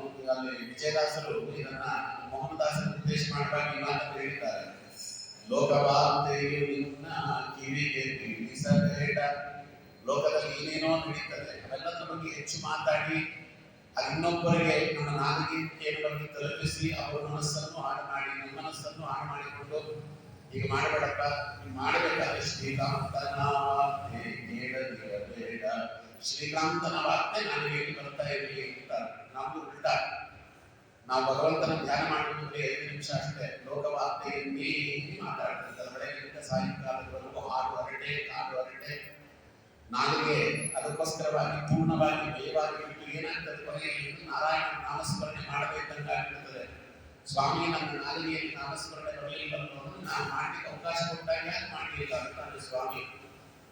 ಅಹೋಮೇ ಮಹತೀಯಾತ ನಿಷ್ಫಲ ಜನ್ಮ ಸಂತತಿಗೆ ಅನಾರಾಯಣ ಗೋವಿಂದ ಚರಣಾಂತರಯ ಅನುಪಾಸಿತ ಸದ್ವೃತ ಸ್ವೀಕೃತ ಸತ್ಸಮಾನ ಅಸಂಪಾದಿತ ಸಂತೋಷಗಳು ಆಚಾರ್ಯ ಪಿತೃಶ್ರೋಮಿ ನಿಷ್ಪಾಲಿಕೆ ವಿರಾರಣ್ಯ ನಿರ್ಗಚ್ಛಾಯ ಕೃಪಾಶ್ರಯ ರಾಗಿಯ ಸೃಜನೆ ಮಾತೆ ಯಮಸ್ತ ಸದನ ಪ್ರತಿ.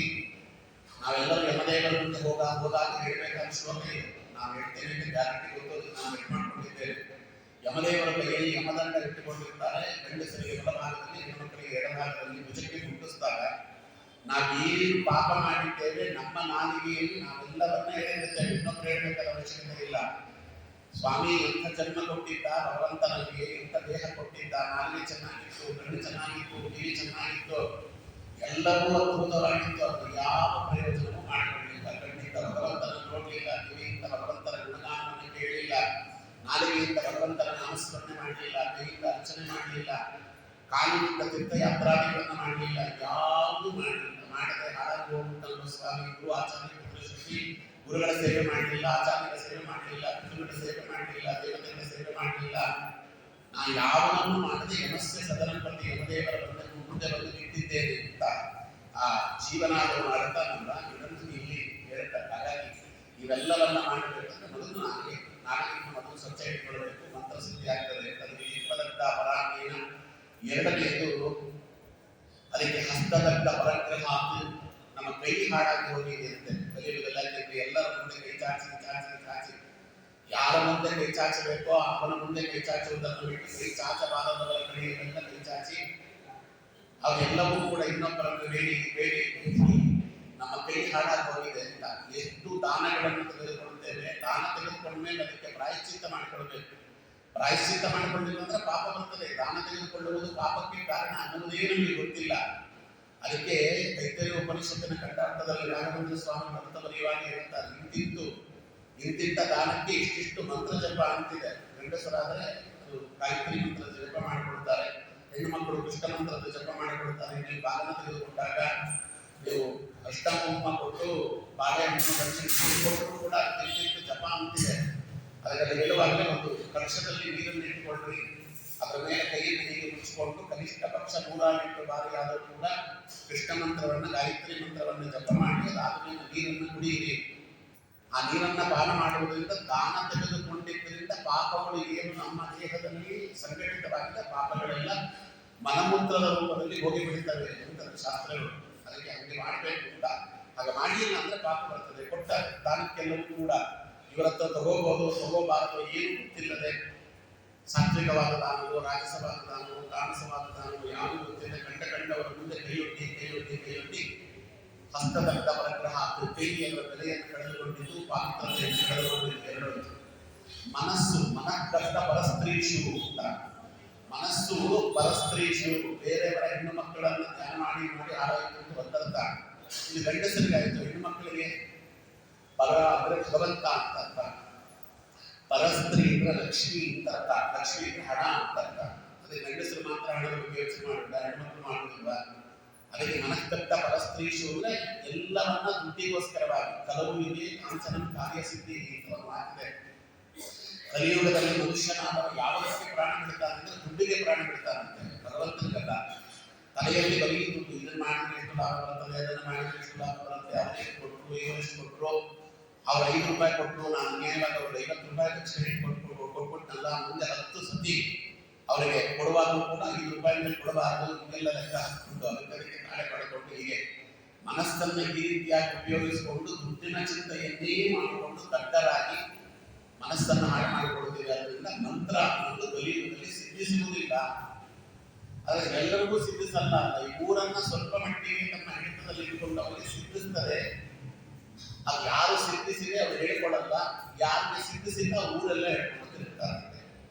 ನಾನು ಒಂದು ಶಾಪ ಹಾಕಿದ್ದೀನಿ ನೋಡಿದ್ದಾರೆ, ಸಭೆ ಬಾಯಿ ಬಂದು ಹೇಳಿದ್ದಾನೆ, ನಾನು ಒಂದು ಶಾಪ ಹಾಕಿದ್ದೀನಿ 3 ದಿನದಲ್ಲಿ ಅವನ ಕೈ ಕಾಲು ಕಳಿಸಿಕೊಂಡು ಹರಾಡಿಸಿ ಸ್ಟ್ರೋಕ್ ಹೊಡೆದು ಕೆಳಗೆ ಬಿಡ್ತಾನೆ ಅಂತ ಹೇಳ್ತಾ ಇರ್ತಾನೆ. 3 ದಿನದಲ್ಲಿ ಅವನಿಗೆ ಪ್ರಮೋಷನ್ ಆಗಿರ್ತದೆ, ಅವನ ಸಂಬಳ 20,000 ಜಾಸ್ತಿ ಆಗಿರುತ್ತೆ. ನಮ್ಮ ಮನೆ ಬರ ಇಲ್ಲ ಇಲ್ಲ ಹಿಂಗೆ ಅದಕ್ಕೆ ಮಂತ್ರಗಳನ್ನೆಲ್ಲ ಹಾಗೆಲ್ಲ ಶಾಪ ಕೊಡ್ಲಿಕ್ಕೆ ಅಂತೆಲ್ಲ ಉಪಯೋಗಿಸೋದಲ್ಲ. ಹಿಂದಿನ ಕಾಲದ ಋಷಿಗಳು ಅನಿವಾರ್ಯ ಕಾರಣದಲ್ಲಿ ಮಾತ್ರ ಶಾಪ ಕೊಡೋರು, ಗಂಟೆ ಕಾರಣದಿಂದ ಶಾಪ ಕೊಡೋದಿರಲಿಲ್ಲ. ಅದಕ್ಕೆ ನಲದಮಯಂತಿ ಕಥೆಯನ್ನು ಹೇಳುವಾಗ ಮಹಾಭಾರತ ಹೇಳಿದ್ದನ್ನು ಹೇಳ್ತಿರ್ತೀನಿ ಯಾವಾಗಲೂ ಕೂಡ. ದಮಯಂತಿ ನಲನನ್ನ ಹುಡುಕೊಂಡು ಹೋದಾಗ ಹಾವು ಕಚ್ಚಿಬಿಡ್ತದೆ ಅವರಿಗೆ. ಹಾವು ಕಚ್ಚಿದಲ್ಲ ಅಂತ ಜೋರಾಗಿ ಅವಳು ಕೂಗ್ತಾಳೆ. ಒಬ್ಬ ಹಾವಾಡಿಗ ಬರ್ತಾನೆ. ಹಾವಾಡಿಗ ಬಂದು ತಾನು ನಾದವನ್ನ ಮಾಡಿ, ಮಂತ್ರಶಕ್ತಿ ಇರ್ತದೆ, ಯಾವ ಹಾವು ಕಚ್ಚಿದೆಯೋ ಆ ಹಾವನ್ನು ಕರೆಸಿ ಅದೇ ಹಾವಿನಿಂದ ವಿಷವನ್ನು ಹೀರುವಂತೆ ಮಾಡಿ ದೇಹವನ್ನು ಉಳಿಸ್ತಾನೆ. ಅದಕ್ಕೆ ಅವಳು ದಮಯಂತಿ ಅವರಿಗೆ, ನೋಡಪ್ಪ, ನನ್ನ ಯಜಮಾನವನ್ನು ಹುಡ್ಕೊಂಡು ಹೊರಟಿದ್ದೆ, ನನ್ನ ಪ್ರಾಣವನ್ನು ಉಳಿಸಿದ್ದೆ, ಅದರಿಂದ ಭಗವಂತನಿಗೆ ನಾನು ಅನುಗ್ರಹ ಅಂತ ಹೊರಡ್ಲಿಕ್ಕೆ ಹೋದ್ರೆ ಎಲ್ಲಿ ಹೋಗ್ತಾ ಇದ್ದೀನಿ, ನಾನು ನಿನ್ನನ್ನು ಉಳಿಸಿದ್ದೇನೆ, ಅದರಿಂದ ನೀನು ನನ್ನ ವಶವಾಗಬೇಕು ಅಂತ ಅವಳ ಮಾನವಂತಕ್ಕೆ ಅಂತ ಪ್ರಯತ್ನ ಪಟ್ಟ ತಕ್ಷಣವೇ ದಮಯಂತಿ ಈ ಸುಟ್ಟು ಬೂದಿಯಾಗುವಂತ ಶಾಪ ಹಾಕ್ತಾರೆ. ಸುಟ್ಟು ಬೂದಿಯಾಗಿಬಿಡ್ತಾರೆ. ಪ್ರಶ್ನೆ ಇಲ್ಲಿ ವಾದಿರಾಜನ್ ಕೇಳುವುದು, ಅವನನ್ನ ಸುಟ್ಟು ಬೂದಿ ಮಾಡುವಷ್ಟು ಶಕ್ತಿ ಅವರಲ್ಲಿ ಇದ್ದ ಮೇಲೆ ತನಗೆ ಕಚ್ಚಿದಂತ ಹಾವಿನ ವಿಷವನ್ನು ಪರಿಹಾರ ಮಾಡಿಕೊಳ್ಳುವ ಶಕ್ತಿ ಇರಲಿಲ್ಲ ದಮಯಂತಿಗೆ. ಅವ್ರು ಯಾಕೆ ಪರಿಹಾರ ಮಾಡಿಕೊಳ್ಳಲಿಲ್ಲ ಅಂದ್ರೆ ಸುಮ್ಮನೆ ಮಂತ್ರಗಳನ್ನ ಉಪಯೋಗಿಸುವುದಿಲ್ಲ ಶಾಪ ಕೊಡ್ಲಿಕ್ಕೆ ಮಂತ್ರಸಿದ್ಧಿಯನ್ನ. ಈಗ ಅವಳು ತನ್ನ ಮಾನರಕ್ಷಣೆ ಮಾಡಿಕೊಳ್ಳಲೇಬೇಕು, ಆದ್ದರಿಂದ ಅನಿವಾರ್ಯ ಕಾರಣ ಆದ್ದರಿಂದ ಅದನ್ನು ಉಪಯೋಗಿಸಿದ್ದು. ಬೇರೆಯವರಿಂದ ಈ ತಾಪತ್ರಗಳು ಎಲ್ಲವೂ ಕೂಡ ಪರಿಹಾರವಾಗುತ್ತೆ ಅಂದ್ರೆ ಬಡಪಟ್ಟಿಗೆ ಮಂತ್ರವನ್ನು ಉಪಯೋಗಿಸಲಿಲ್ಲ ಹಿಂದಿನ ಕಾಲದಲ್ಲಿ ಅಂತ. ಅದಕ್ಕೆ ಇಲ್ಲಿ ಅದನ್ನು ಹೇಳ್ತಾರೆ, ಮನಸ್ಸು ಅನ್ನೋದನ್ನು ಆಗಿಟ್ಟುಕೊಳ್ಳಬೇಕು. ಶಾಪಾಪಿ ಶರಾದಪಿ. ಅದಕ್ಕೋಸ್ಕರ ಬ್ರಾಹ್ಮಣರಾಗಿರ್ತಕ್ಕಂಥವರು ಅವರು ಶಾಪ ಬಾಯಿಗೆ ಹಾಕಬೇಕಾಗಿಲ್ಲ. ಆತತಾಯಿನಂ ಆವಿಂತಂ ಅನ್ಯಾಂತ ಏವಂ ವಿಚಾರ ಏನು.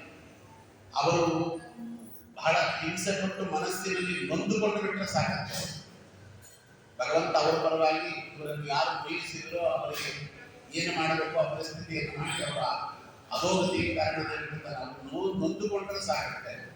ಬಾಯಿ ಬಿಟ್ಟು ಅವರು ಶಾಪ ಹಾಕಬೇಕಾದ್ರೆ ಗಟ್ಟಿ ಇಲ್ಲ ಅಂದ್ರೆ ಅದನ್ನ ಅವರು ಸಹನೆ ಮಾಡಿದ್ದು ಮುಂದುವರಿಸಬೇಕು. ಯಾಕೆ ಹಿಂದಿನ ಕಾಲದಲ್ಲಿ ಯಾರಾದರೂ ದೊಡ್ಡವರಿಗೆ ಏನಾದರೂ ಕೂಡ ನಮ್ಮಿಂದ ಅವ್ರಿಗೆ ಅಪಚಾರವಾಯಿತು ಅಂದ್ರೆ ಅವ್ರು ಬೈದ್ರ ಅಂತ ಕೇಳೋರು.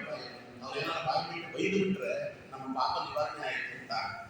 ಅವ್ರು ಬೈಲಿಲ್ಲ, ಸಹನೆ ಮಾಡಿದ್ರು ಅಂದ್ರೆ ಭಗವಂತ ಕ್ಷಮಿಸುವುದಿಲ್ಲ. ನಡೆದ ಘಟನೆ ಇದು. ನಾನು ಸುಮಾರು ಸತಿ ಹೇಳ್ತಿರ್ತೇನೆ, 20-22 ವರ್ಷದ ಹಿಂದೆ ನಡೆದ ಘಟನೆ. ರಾಘವೇಂದ್ರ ಸ್ವಾಮಿಗಳ ಆರಾಧನೆ ಸಮಯದಲ್ಲಿ ಒಬ್ಬ ಆಚಾರ್ಯ ನಮ್ಮ ಜೊತೆಯಲ್ಲಿದ್ದರು. ಅಲಂಕಾರ ಕೂತ್ಕೊಳ್ಳೋಕೆ ಬರೋರು, ಬಹಳ ಬುದ್ಧರು, ತಪಸ್ಥಿತಿ ಹೊಂದಿರೋರು, ಬಹಳ ಚೆನ್ನಾಗಿ ಇಲ್ಲ ಅವರಿಗೋಸ್ಕರ ಹೇಳ್ತಾ ಇದ್ದೇನೆ. ಅವರು ಬಹಳ ಬುದ್ಧರು, ಅವರು ಜಪತಪಾದಿಗಳನ್ನು ಮಾಡಿಕೊಳ್ಳೋರು. ಅದರಲ್ಲಿ ಕೂತಿದ್ರು, ನೀನು ಅಲಂಕಾರ ಕರೀಬೇಕು, ನೀನು ಶಾಸ್ತ್ರದ ವಿಚಾರ ಮಾತಾಡ್ತಿದ್ರು, ಕೈಯಲ್ಲಿ ಜಪ ಮಾಡ್ತಿದ್ರು. ಅವರಿಗೆ ಕೃಷ್ಣಾರ್ಪಣ ಅಂತ ಬಿಡ್ಲಿಕ್ಕೆ ಒಂಚೂರು ದೊಣ್ಣೆ ಪಕ್ಕಕ್ಕೆ ತಿರುಗಿ ದೊಣ್ಣೆ ಇಟ್ಕೊಂಡು ಅದೊಂದು ದೊಣ್ಣೆ ಆ ಮಠದ ಸೆಕ್ರೆಟರಿಯ ಮಗ ಬಂದು ಬಾಯಿ ಬಂದು ಕೈಬಿಟ್ಟ. ಬಾಯಿ ಬಂದು ಕೈಲಾಗಿದ್ದಾರೆ. ಏನು ದೊಣ್ಣೆ ಬಿಡ್ತೀರಿ ಕೇಳಿದ್ರೆ ಗೊತ್ತಿಲ್ವಾ, ಅದು ಮೈಗೆ ಗೊತ್ತಿಲ್ವಾ, ನೀವು ಅವ್ರಿಗೆ ಯೋಗ್ಯತೆ ಮುಖ ನೋಡ್ಕೊಳ್ರಿ, ನೀವು ಈಗ ನೋಡ್ಕೊಳ್ರಿ, ಇಂಥವನೇ ಬರೋದು, ಇನ್ನಂಥವ್ರು ಯಾಕೆ ಬರ್ತೀರಿ, ಏನು ಬೈದ. ಅವ್ರು ಏನು ಇಲ್ಲ, ಗೊತ್ತಾಗಿಲ್ಲ. ಅವರು ಆ ದೊಣ್ಣೆ ಇಟ್ಟಿದ್ರು, ಅದು ತಗೊಂಡಿದ್ದು ಏನು ಮಾಡಿಲ್ಲ. ಒಳಗಡೆ ನೀವು ಬಿಟ್ಟಿದ್ದೇನೆ ಅಂತ ಇದು ಮಾಡಿದ್ರು, ನೀನಂದ್ರು ನಿಮ್ಮಂಥವ್ರು ಹಂಗೆ ಏನೋ ಬೈದ.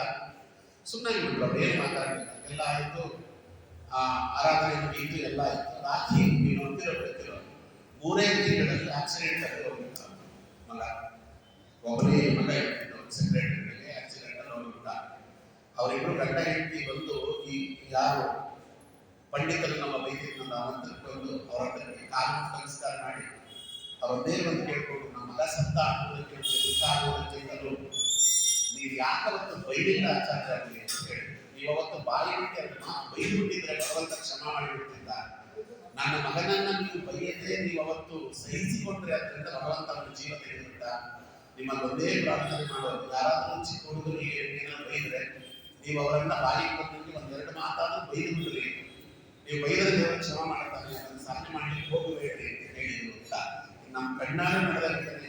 ದೊಡ್ಡವರು ಸಹನೆ ಮಾಡಿದ್ರು ಅಂದ್ರೆ ಅಲ್ಲಿಗೆ ಯಾರವರು ಅವಮಾನ ಮಾಡಿದ್ದಾನ ಅವ್ರಿಗೆ ಆಗಬಾರ್ದು ಅರ್ಥದಲ್ಲಿ ಇದ್ರೆ ಅದಕ್ಕೆ ಅವರು ಸಾಧನೆ ಸಾಕು, ಶಾಪ ಬಾಯಿ ಬಿಟ್ಟು ಕೊಡಬೇಕಾದ ಅವಶ್ಯಕತೆ ಇಲ್ಲ ಅಂತ. ಅದಕ್ಕೆ ಶಾಸ್ತ್ರವನ್ನು ಬಿಟ್ಟು ಬ್ರಾಹ್ಮಣ ಇರಬಾರದು, ಶಸ್ತ್ರವನ್ನು ಬಿಟ್ಟು ಕ್ಷತ್ರಿಯ ಇರಬಾರದು ಅಂತ ಕಾರಣಕ್ಕೋಸ್ಕರವಾಗಿ ಎರಡಕ್ಕನೇ ನೋಡಿ. ಯಾವುದೋ ಒಂದು ಅನಿವಾರ್ಯ ಕಾರಣದಿಂದ ದ್ರೋಣಾಚಾರ್ಯರು ಶಸ್ತ್ರವನ್ನು ಹಿಡಿಯಬೇಕಾದಂತ ಪರಿಸ್ಥಿತಿ ಬಂತು. ಅವರು ಬ್ರಾಹ್ಮಣರು ಶಸ್ತ್ರವನ್ನು ಹಿಡಿಯುವುದಿಲ್ಲ ಅಂತ ಬರೀ ಹೇಳಿಕೊಡುತ್ತೇನೆ ಅಂತ ಹೇಳಿದವರು ಧೃತರಾಷ್ಟ್ರ ಮಾಡಿದ ಪ್ರಾರ್ಥನೆ, ಭೀಷ್ಮಾಚಾರ ಮಾಡಿದ ಪ್ರಾರ್ಥನೆ ಅನುಗುಣವಾಗಿ ಶಸ್ತ್ರವನ್ನು ಹಿಡಿಯಲೇಬೇಕಾಗಿತ್ತು. ಆದ್ರೆ ಅವರು ಮರಣ ಹೊಂದುವಂತ ಸಂದರ್ಭದಲ್ಲಿ ಶಸ್ತ್ರತ್ಯಾಗ ಮಾಡಿಬಿಟ್ರು. ಅಶ್ವತ್ಥಾಮ ಹತಃ ಕುಂಜರ ಹಾಗೂ ಕೇಳಿದ ತಕ್ಷಣ ಮಹಾಭಾರತ ಹೇಳುತ್ತದೆ, ಅವರು ಶಸ್ತ್ರಾಸ್ತ್ರಗಳನ್ನೆಲ್ಲ ತ್ಯಾಗ ಮಾಡಿ ಪದ್ಮಾಸನದಲ್ಲಿ ಕೂತು ನ್ಯಾಸಾದೇವ ಕಂಕುಶೈಶುರತೆಯ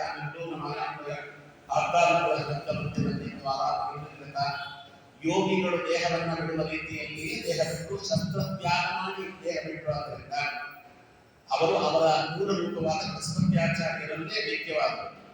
ಶಸ್ತ್ರವನ್ನು ಹಿಡಿದಿದ್ದರೆ ಅವರು ದೇಹ ಬಿಡುವಾಗ ಅವರು ಅಧೋಗತಿಗೆ ಹೋಗಬೇಕಾಗಿತ್ತು. ಅದಕ್ಕೆ ಕೃಷ್ಣ ಪರಮಾತ್ಮ ಹೇಳಿದ ದ್ರೋಣಾಚಾರ್ಯರಾಗಿ ಬೃಹಸ್ಪತ್ಯಾಚಾರ ಅವತಾರ ಮಾಡಬೇಕಾಗಿತ್ತು. ಯಾಕೆ ಆಯಿತು? ಇನ್ನು ಒಬ್ಬನೇ ಒಬ್ಬ ಸೈನಿಕನನ್ನ ಏನಾದರೂ ದ್ರೋಣಾಚಾರ್ಯ ಕೊಂದರೆ ಆ ಪಾಪ ಅನ್ನೋದು ಅಧೋಗತಿಗೆ ಕಳಿಸ್ತದೆ. ಆದ್ದರಿಂದ ಧರ್ಮರಾಜ ಅಶ್ವತ್ಥಾಮ ಅಂತ ಹೇಳು, ನಿನ್ನ ಬಾಯಲ್ಲಿ ಆ ಮಾತು ಬಂದರೆ ದ್ರೋಣಾಚಾರ್ಯ ಬದುಕ್ತಾರೆ, ದ್ರೋಣಾಚಾರ್ಯನ ಕೊಲ್ಲಿಕ್ಕಲ್ಲ, ದ್ರೋಣಾಚಾರ್ಯನ ಬದುಕಿಸ್ಲಿಕ್ಕೆ ಮಾತನ್ನು ಹೇಳ್ತಾ ಕೃಷ್ಣ ಪರಮಾತ್ಮ ಹೇಳಿದ ಅನ್ನೋದನ್ನ ನಾವು ನೋಡುತ್ತೇವೆ. ಅವರು ಎಷ್ಟು ಬೇಗ ಅದನ್ನ ತಿಳ್ಕೊಂಡು ಬಿಟ್ಟರು. ಶಸ್ತ್ರತ್ಯಾಗವನ್ನು ಮಾಡಿ ಪದ್ಮಾಸನ ಹಾಕಿ ಕೂತಿ ರಥರಂಗದಲ್ಲಿ ದುಷ್ಟದ್ಯುಮ್ನ ಬಂದು ತಲೆಗಡಿಗಳಂತೆ ಪೂರ್ವದಲ್ಲಿ ಯೋಗ ಮಾರ್ಗದಿಂದ ದೇಹವನ್ನು ಬಿಟ್ಟು ಅವರು ಉತ್ತಮ ಗತಿಗೆ ಹೋದರು ಅಂತ ಕರ್ಣ ಇದೇ ಮಾತು ಹೇಳ್ತಾರೆ. ನಾನೇನಾದರೂ ದುರ್ಯೋಧನನ ಜೊತೆಯಲ್ಲಿ ಸೇರಲಿಲ್ಲ ಅಂತಿದ್ದರೆ ಅವನು ಹೇಳು, ಭೀಷ್ಮಾಚಾರ್ಯ ಬದಿಯಲ್ಲಿ ಬಂದು ನಮಸ್ಕಾರ ಮಾಡಿ ಹೇಳ್ತಾನೆ, ನಾನು ಪಾಂಡವರ ಸಂತಾನ ಅನ್ನುವುದು ನನಗೆ ಗೊತ್ತಿದೆ. ಅವನಾಗ ಹೇಳಿದ, ನನಗೆ ಮೊದಲೇ ಗೊತ್ತಿದೆ, ಕೃಷ್ಣ ಹೇಳುವ ತತ್ಪೂರ್ವದಲ್ಲಿಯೇ ನಾನು ಪಾಂಡವರ ಸಂತಾನ ಅನ್ನುವುದು ನನಗೆ ಗೊತ್ತಿದೆ. ನನಗೆ ಗೊತ್ತಿಲ್ಲ ಅಂತಲ್ಲ, ಗೊತ್ತಿದ್ದೇ ಪಾಂಡವರನ್ನು ನಾನು ದ್ವೇಷ ಮಾಡ್ತಿದ್ದೇನೆ. ಯಾಕೆಂದ್ರೆ ಮಾಚೈಕ ವ್ಯಾಧಿ ಮರಣಂ ಶಸ್ತ್ರಂ ಸ್ಯಾದಿತಿ ಕೌರವ ಕೋಪಿತಾ ಪಾಂಡವ ನಿತ್ಯ ಸಮಾಶ್ರಿತ್ಯ ಸುಯೋಧನ. ನಾನೇನಾದರೂ ಪಾಂಡವರ ಕರ್ತವ್ಯಕ್ಕೆ ಹೋಗಬಿಟ್ರೆ ಕೃಷ್ಣ ಪರಮಾತ್ಮನ ಸಂವಿಧಾನದಲ್ಲಿ ಅರ್ಜುನನಿಂದ ಸಾಯುವಂತ ಆಜ್ಞೆಯನ್ನು ನೀಡುವುದಿಲ್ಲ ಅಂತ. ಯಾಕೆ ಅಂತ ಕೇಳಿದ್ರೆ ಇವನೇ ಹಿಂದೆ ಸುಗ್ರೀವನಾಗಿದ್ದವ. ಇದೇ ಕಾರಣ ಹಿಂದಿನ ಜನ್ಮದಲ್ಲಿ ಸುಗ್ರೀವನಾಗಿದ್ದವ. ಸುಗ್ರೀವ ರಾಮದೇವರ ಕೈಯಲ್ಲಿ ವಾಲಿಯನ್ನು ಕೊಲಿಸಿದ್ದ. ಅದೇ ವಾಲಿ ಅರ್ಜುನನಾಗಿ ಬಂದಿದ್ದಾನೆ. ಈಗ ಅದಕ್ಕೆ ಲೆಕ್ಕ ಚಿತ್ತಾಗಬೇಕಿದೆ.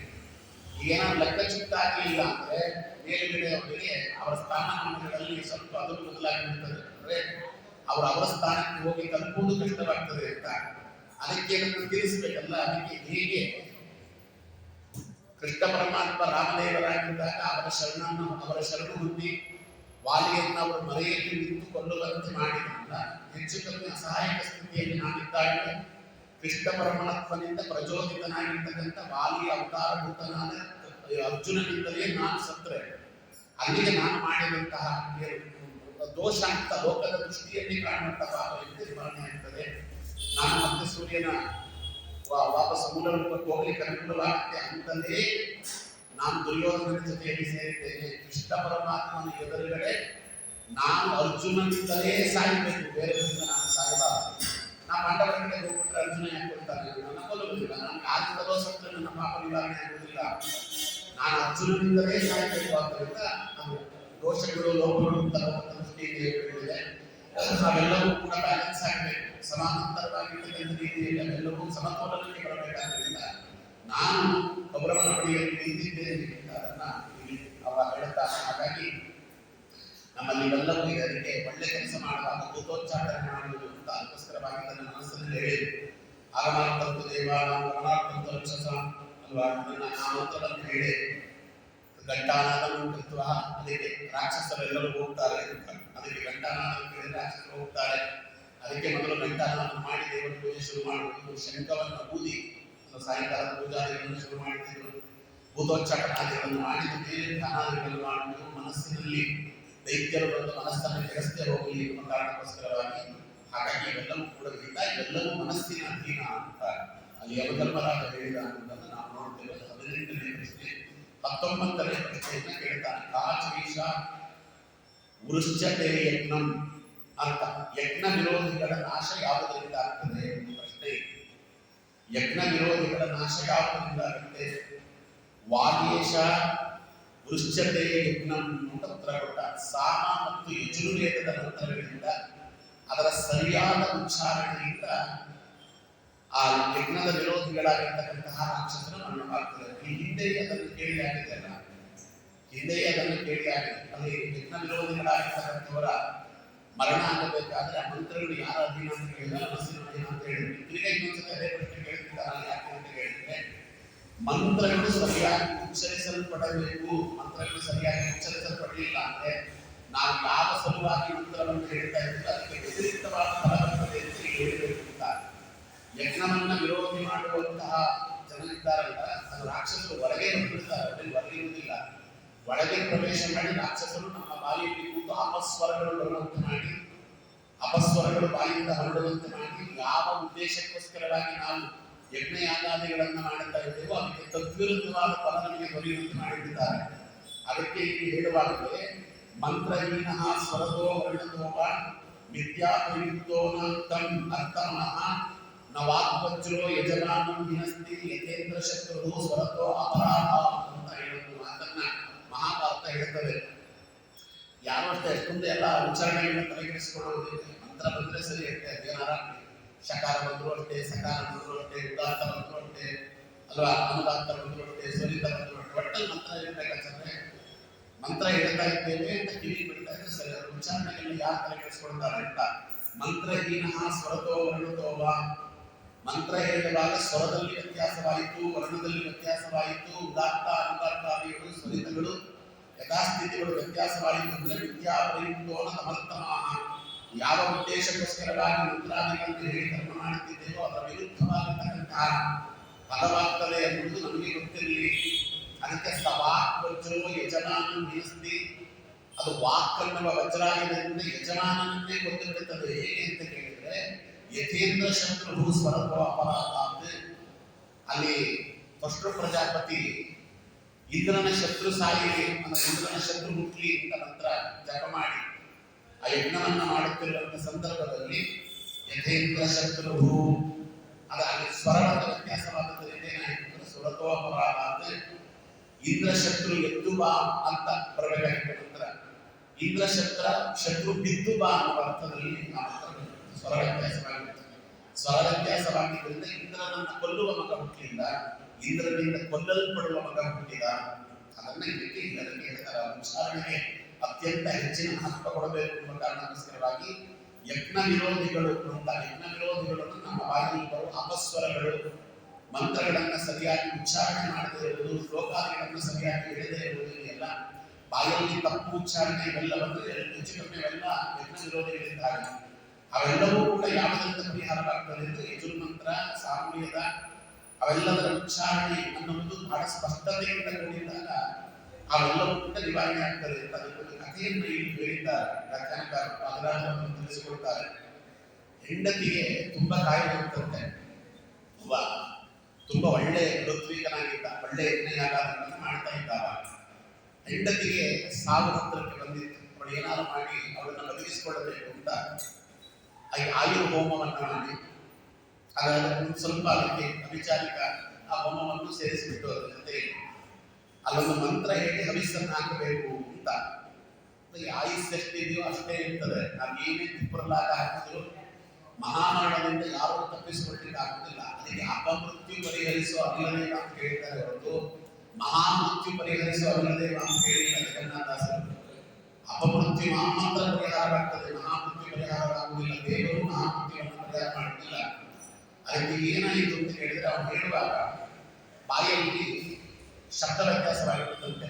ಸರಸ್ವತಿ ವ್ಯತ್ಯಾಸ ಮಾಡಿಬಿಟ್ಟು ಭಾಗ್ಯಂ ರಕ್ಷತು ಭೈರವಿ ಅಂತ ಹೇಳಬೇಕಾಗಿತ್ತು. ಹೇ ಭೈರವಿಗೆ ನನ್ನ ಹೆಂಡತಿಯನ್ನ ರಕ್ಷಣೆ ಮಾಡು ಅಂತ ಹೇಳಬೇಕಾಗಿತ್ತು. ವ್ಯತ್ಯಾಸ ಏನಾಯಿತು, ಭಾಗ್ಯಂ ಭಕ್ಷತು ಭೈರವಿ ಅಂತ ರಕ್ಷತು ಅಲ್ಲಿ ಭಕ್ಷತು ಆಯಿತು. ಆ ಭೈರವಿ ಬಂದು ಆ ಹೆಂಡತಿಯನ್ನು ಅವನ ಕಣ್ಣೆದುರಿಗೆ ತಿಳ್ಕೊಂಡು ಹೋಗ್ಬಿಟ್ಲಂತೆ. ಯಾವ ಹೆಂಡತಿಯನ್ನ ರಕ್ಷಣೆ ಮಾಡಬೇಕು ಅಂತ ಯಾಕೆ ಮಾಡಿದ ಅಭಿಚಾರಕ ಧರ್ಮಗಳು, ಆ ಯಾಗವೇ ಅವನ ಹೆಂಡತಿಗೆ ಸಾವಿಗೆ ಕಾರಣ ಆಗಿರುತ್ತೆ ಅಂತ ಒಂದೊಂದ್ಸತಿ ಇವೆಲ್ಲ ನಡೀತದೆ.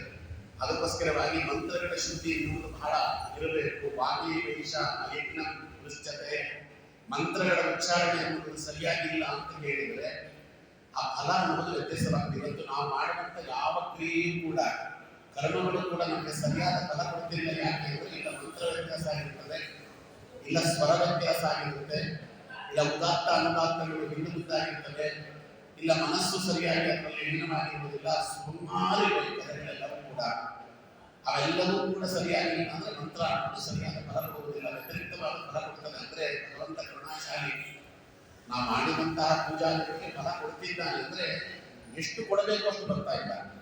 10,000 ರೂಪಾಯಿ ಲಾಭ ಬರುವ ಕಡೆ 10 ಪೈಸೆ ಲಾಭ ಬರ್ತಾ ಇದೆ. ಯಾಕಂದ್ರೆ ಸರಿಯಾದ ರೀತಿಯಲ್ಲಿ ವಿಚಾರಣೆ ಆಗಲಿಲ್ಲ, ಲಾಭ ಕೊಡ್ತಾ ಇಲ್ಲ ಅಂತಲ್ಲ, ಆದ್ರೆ ಲಾಭದ ಅಂಶ ಇನ್ನೂ ಕಮ್ಮಿಯಾಗಿರ್ತದೆ. ಅದಕ್ಕೆ ಅದರ ಬಗ್ಗೆ ಎಲ್ಲ ಗಮನ ಕೊಟ್ಟು ಹೇಳ್ತಾರೆ. ಅದಕ್ಕೆ ಯಾವಾಗಲೂ ಹೇಳ್ತೇನೆ, ಎಲ್ಲರ ಕೈ ಮುಗಿದು ಕೇಳ್ತೇನೆ, 10 ಶ್ಲೋಕಗಳು 20 ಸರ್ಗಗಳು ಒಂದಿನಕ್ಕೆ ನಾವು ಪಾರಾಯಣ ಮಾಡಬೇಕು ಅಂತ ದಯವಿಟ್ಟು ಅದನ್ನ ದಿನನಿತ್ಯದಲ್ಲಿ ಇಟ್ಕೊಳ್ಬೇಡಿ. ಮಂತ್ರಗಳು ಸರಿಯಾಗಿ ಉಚ್ಚಾರಣೆ ಮಾಡಲಿಕ್ಕಾಗಲ್ಲ. 1 ಗಂಟೆ ಪಾರಾಯಣಕ್ಕೆ ಅಂತ ಇಟ್ಕೊಂಡು ಅದರಲ್ಲಿ 15 ಗ್ರಂಥ ಪಾರಾಯಣ ಮಾಡಬೇಕು ಅಂತ ಇಟ್ಕೊಂಡ್ರೆ ನೀವು ಅನಿವಾರ್ಯವಾಗಿ ಸ್ಪೀಡ್ ಆಗಿ ಹೇಳಲೇಬೇಕಾಗ್ತದೆ. ನೀವು ಅನಿವಾರ್ಯವಾಗಿ ಎಲ್ಲಿ ಸ್ಪೀಡ್ ಬರ್ತದೆ ಉಚ್ಚಾರಣೆ ತಪ್ಪಿದ್ದು ಅಂತ ಅರ್ಥ. ಮೊನ್ನೆ ಹೇಳಿದ್ರಲ್ಲ,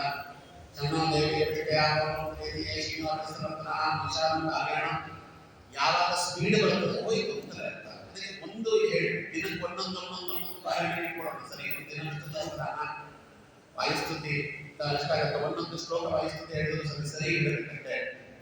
ಅಲ್ಲಿ ಹೇಳೋ ವರ್ಷಗಳಿಗೆ ಶನ್ನೋ ಮಿತ್ರ ಶಂ ವರುಣಃ ಶನ್ನೋ ಭವತ್ವರ್ಯಮ ಶಂ ಇಂದ್ರೋ ಬೃಹಸ್ಪತಿ. ಅದನ್ನು ಹಾಗೆ ಹೇಳಿದ್ರೆ ಫಲ ಬರ್ತದೆ. ಸ್ಪೀಡ್ ಮಾಡಿದ್ರೆ ಶನ್ನೋ ದೇವಿ ವಿದ್ಯಾ ಭವತ್ವರ್ಯತೆ ಶಿಖರವಸ್ತ್ರ ಈಶಾನ್ಯಂ ಜಯಂತಿ ಶ್ರೀ ನಾಮಕೋ ಯಾತಾ ವಿದೇಶ ಹೇಳಿರುವುದರಿಂದ ನಾನು ನೋಡ್ತಾ ಇದ್ದೇನೆ. ಅದಕ್ಕೆ ಫಲಗಳಾಗುವುದಿಲ್ಲ ಕತೆಗೆ. ಅವ್ರು ಯಾಕೆ ಆಚಾರ್ಯ ಸ್ವಲ್ಪ ನಿಧಾನ ಕೇಳಿ, ನಾವಿನ್ನು 4 ಮನೆಗೆ ಹೋಗಕ್ಕೆ ಯಾವ ಪೂಜೆ ಮಾಡಲಿಕ್ಕೆ ನಿನ್ನ ಹತ್ರ ಕುತ್ಕೊಂಡ್ರೆ ಹಿಂಗೆ ಅಂತ ಶಾರದಾ ಮಂತ್ರಗಳು ವ್ಯತ್ಯಾಸ ಮಾಡಿದ್ದಾರೆ, ಓಂ ಮಂತ್ರಗಳು ವ್ಯತ್ಯಾಸ ಮಾಡಿದ್ದಾರೆ. ಅದಕ್ಕೆ ಸರಿಯಾದ ಅರ್ಥಗಳಿಲ್ಲ. ಇದನ್ನ ಯಮಧರ್ಮರಾಜನ ಇದನ್ನ ಉದ್ದೇಶ ಇಟ್ಕೊಂಡು ಧರ್ಮರಾಜನಲ್ಲಿ ಹೇಳಿ ಅದಕ್ಕೆ ಉಚ್ಚಾರಣೆ ಮತ್ತು ಶುದ್ಧತೆಗೆ ಸ್ವಲ್ಪ ಹೆಚ್ಚಿನ ಆದ್ಯತೆಯನ್ನು ಕೊಡ್ರಿ, ಅದಕ್ಕೆ ತುಂಬಾ ಪ್ರಾಮಿನೆನ್ಸ್ ಅನ್ನು ಕೊಡ್ರಿ. ಬಾಯಲ್ಲಿ ಬರುವಂತಹ ಶಬ್ದಗಳು ಸ್ಪಷ್ಟವಾಗಿರಬೇಕು. ಏನ್ ಮಾಡೋದು ಆಚಾರ್ಯ, ನಮ್ಮಲ್ಲಿನೇ ಇಲ್ಲ. ಅದಕ್ಕೆ ವಾಣಿಜ್ಯ ಕರವಾಣಿಂಬ ಚರಣ ಬುದ್ಧಿ ಸರ್ವದ ಮಧ್ವಾಕ್ಯ ಸರಣಿ ಭೂಯಾ ಶ್ರೀಮದಾಚಾರ್ಯ ಭಾವಕ ಯಾದವಾರ್ಯರು ಸರಸ್ವತಿ ದೇವಿಯನ್ನು ಪ್ರಾರ್ಥನೆ ಮಾಡ್ತಾರೆ. ವಾಣಿಜ್ಯ ಕರವಾಣಿಂಬ ಚರಣ ಬುದ್ಧಿ ಸರ್ವದ. ನೋಡಿ, ಆ ಸರಸ್ವತಿ ಕೈಯಲ್ಲಿ ವೀಣೆ ಇದೆ. ವೀಣೆ ಹೇಗಿದೆಯೋ ನಮ್ಮ ಶರೀರಕ್ಕೂ ವೀಣೆ ಇದ್ದಂಗಿದೆ. ವೀಣೆಗೆ ತಲೆಗೊಂಡೆ ಇರ್ತದೆ, ನಮಗೂ ತಲೆಗೊಂಡೆ ಇದೆ. ವೀಣೆಗೆ ಪಾದ ಇರ್ತದೆ, ನಮಗೂ ಪಾದ ಇದೆ. ವೀಣೆಗೆ ಕಿವಿ ಇರ್ತದೆ, ವೀಣೆಗೆ ನಮಗೂ 2 ಕಿವಿ ಇದೆ. ವೀಣೆಗೆ ತಂತಿ ಇರ್ತದೆ, ತಂತಿಯ ಸ್ಥಾನದಲ್ಲಿ ನಾಲಿಗೆ ಇದೆ. ವೀಣೆ ಹೇಗೆ ಆಗಿದೆ.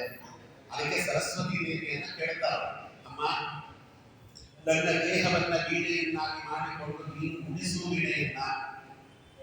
ಈಗ ಇಟ್ಕೊಳ್ಳೋದು ಅಂತ ಹೀಗೆ ಇಟ್ಕೊಂಡು ನೀನು ನುಡಿಸ್ತಾಳಲ್ಲವ, ಅದಕ್ಕೆ ನನ್ನ ನಾಲಿಗೆಯ ಮೇಲೆ ಕರಡಗಳನ್ನು ಆಡಿಸಿ ಹೇಗೆ ವೀಣೆಯನ್ನ ನೀನು ನುಡಿಸ್ತಿದ್ಯೋ ವಾಣಿಗೆ ಕರವಾಣಿ ಅಂಬಾ ಅಂಬಾ ತಾಯಿ.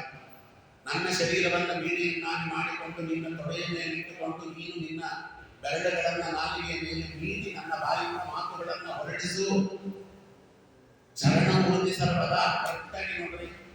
ಆ ತಲೆ ಆ ವೀಣೆ ಗುಡ್ಡೆ ಇರ್ತದಲ್ಲ, ಅದು ತೊಡೆಯ ಮೇಲೆ ಬರ್ತದೆ. ಈ ಭಾಗದ ಕಾಲಿರ್ತದಲ್ಲ, ಮಧ್ಯಭಾಗ ವೀಣೆ ಮಧ್ಯಭಾಗಕ್ಕೆ ಹೆಚ್ಚಾಗ್ತದೆ. ನೀವು ಅದನ್ನು ನೋಡ್ಕೊಳ್ಳಿ. ಆ ನಮ್ಮ ಮಧ್ಯಭಾಗ ಅಂದ್ರೆ ಹೃದಯ. ನಿನ್ನ ಪಾದ ಅನ್ನುವುದು ನನ್ನ ಹೃದಯದಲ್ಲಿ ಸದಾ ಕಾಲ ನೆಲೆಸಲಿ ಅಂತ ಕೇಳೋದು. ಅದು ಹೆಂಗೆ ನುಡಿಸಬೇಕು ನೀನು ಅಂದ್ರೆ ಮಧ್ವಾಕ್ಯ ಸರಣಿ ಶ್ರೀಮದಾಚಾರ್ಯ ಭಾವಕ.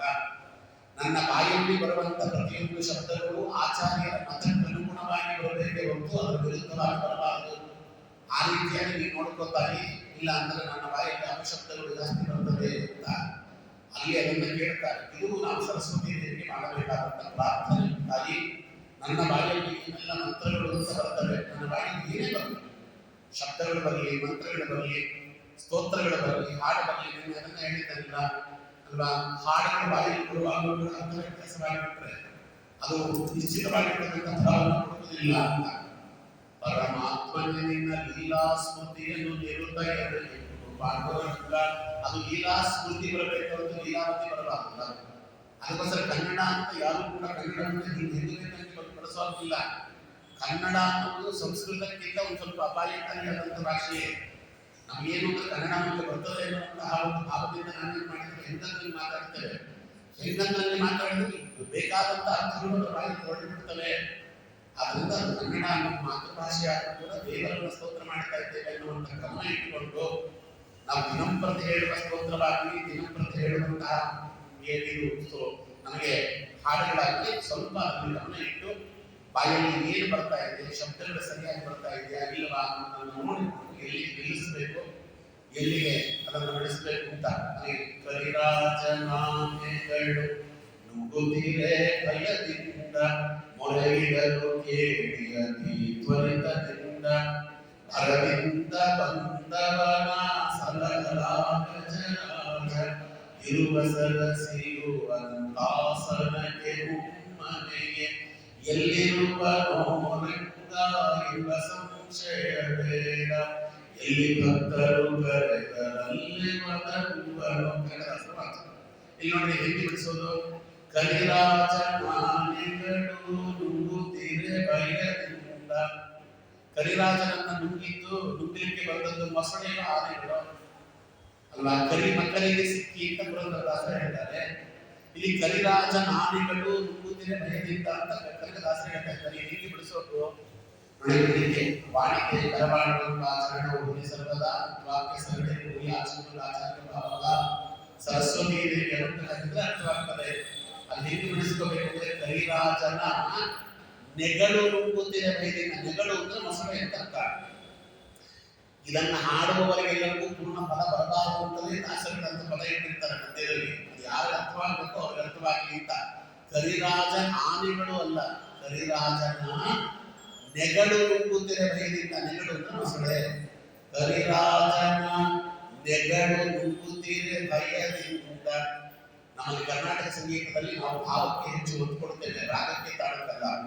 ಯಾಕಂದ್ರೆ ರಾಗಕ್ಕೆ ತಾಳಕ್ಕೆ ಹೆಚ್ಚು ಒತ್ತು ಕೊಟ್ಟರೆ ಸಾಹಿತ್ಯ ಅನ್ನೋದು ಅದು ಎಲ್ಲೋ ಹೋಗಿಬಿಡ್ತದೆ, ಅಪಾರ್ಥಗಳು ಬರ್ತವೆ ಅನ್ನೋ ಕಾರಣಕ್ಕೆ ಕರಿರಾಜನ ನೆಗಳು ನುಗ್ಗುತ್ತಿರೆ ಭಯದಿಂದ, ಮೊರೆಯಿಡಲು ಕೇಳಿಯತಿ ತ್ವರಿತದಿಂದ, ಅರವಿಂದ ಬಂದವನ ಸಲಹಲಾಗ ಜರಾಜ, ಇರುವ ಸರಸಿರುವಂತಾಸನಕ್ಕೆ ಮುಮ್ಮನೆ, ಎಲ್ಲಿರುವನೋ ರಂಗ ಎಂಬ ಸಂಶಯ ಬೇಡ, ಎಲ್ಲಿ ಭಕ್ತರು ಕರೆದರಲ್ಲಿ ಮದರುವನು.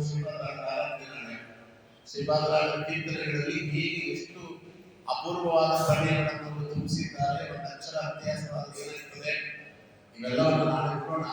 ಯಾಕೆ ಅಂತ ಹೇಳ್ತಾ ಇದ್ದೇನೆ ಅಂದ್ರೆ ಅದಕ್ಕೆ ಉಚ್ಚಾರಣೆ ಅನ್ನುವುದು ನಾಲಿಗೆಗೆ ಸರಿಯಾಗಿ ಬರಬೇಕು. ಸರಿಯಾದ ಉಚ್ಚಾರಣೆ ಮಾತ್ರ ನಮಗೆ ಅಪೂರ್ವವಾದ ಫಲವನ್ನು ತಂದುಕೊಡುತ್ತದೆ ಮತ್ತು ಸರಿಯಾದ ಉಚ್ಚಾರಣೆ ಇಲ್ಲ ಅಂತಂದರೆ ನಮಗೆ ಒಳ್ಳೆಯ ಫಲಗಳು ಬರುವುದಿಲ್ಲ ಅಂತ ಅಲ್ಲಿ ಯುಧಿಷ್ಠಿರ ಉತ್ತರವನ್ನು ಕೊಟ್ಟ. 20ನೇ ಒಂದು ಪ್ರಶ್ನೆ, ಆ ಪ್ರಶ್ನೆ ಇವತ್ತು ನೋಡೋಣ, ನಾಳೆ ಅದರ ಅರ್ಥವನ್ನು ನೋಡೋಣ. ಕಾಮ್ಯಜ್ಞೋ ನಮಗೆ ಬರ್ತದೆ ಅಂತ ಹೇಳ್ತಾನೆ. ಯಜ್ಞದಲ್ಲಿ ಏನನ್ನ ಬಿಡಬಾರದು ಅಂತ ಕೇಳಿದ. ಯಜ್ಞದಲ್ಲಿ ಏನು ಬಿಡಬಾರದು? ಯಜ್ಞದಲ್ಲಿ ಏನು ಬಿಡಬಾರದಲ್ವ? ಯಜ್ಞದಲ್ಲಿ ಇರುವುದೆಲ್ಲವೂ ಕೂಡ ಇಳಿಯಬೇಕಾಗುತ್ತೆ, ಬಿಡುವಂಥದ್ದೇ ಇಲ್ಲ. ಆದರೆ ಯಜ್ಞದಲ್ಲಿ ಪ್ರಮುಖವಾಗಿ ಒಂದನ್ನು ಬಿಡಬಾರದು ಏನು ಅನ್ನೋದಕ್ಕೆ ಧರ್ಮರಾಜ ಉತ್ತರ ಕೊಡ್ತಾನೆ. ನಾಳೆ ಕೊಡುವಂತ ಇವತ್ತಿನ ಉಪನ್ಯಾಸಕ್ಕೆ ಸರ್ವೇ ಶ್ರೀ ಪ್ರಾಣಪತಿಗೆ ಅಂತ ಯದವಚನಂತೆ ಪ್ರಿಯತಾಂ ಕಮಲಾಯ ಶ್ರೀ ಕೃಷ್ಣಾರ್ಪಣಮಸ್ತು. ವಾಸುದೇವ.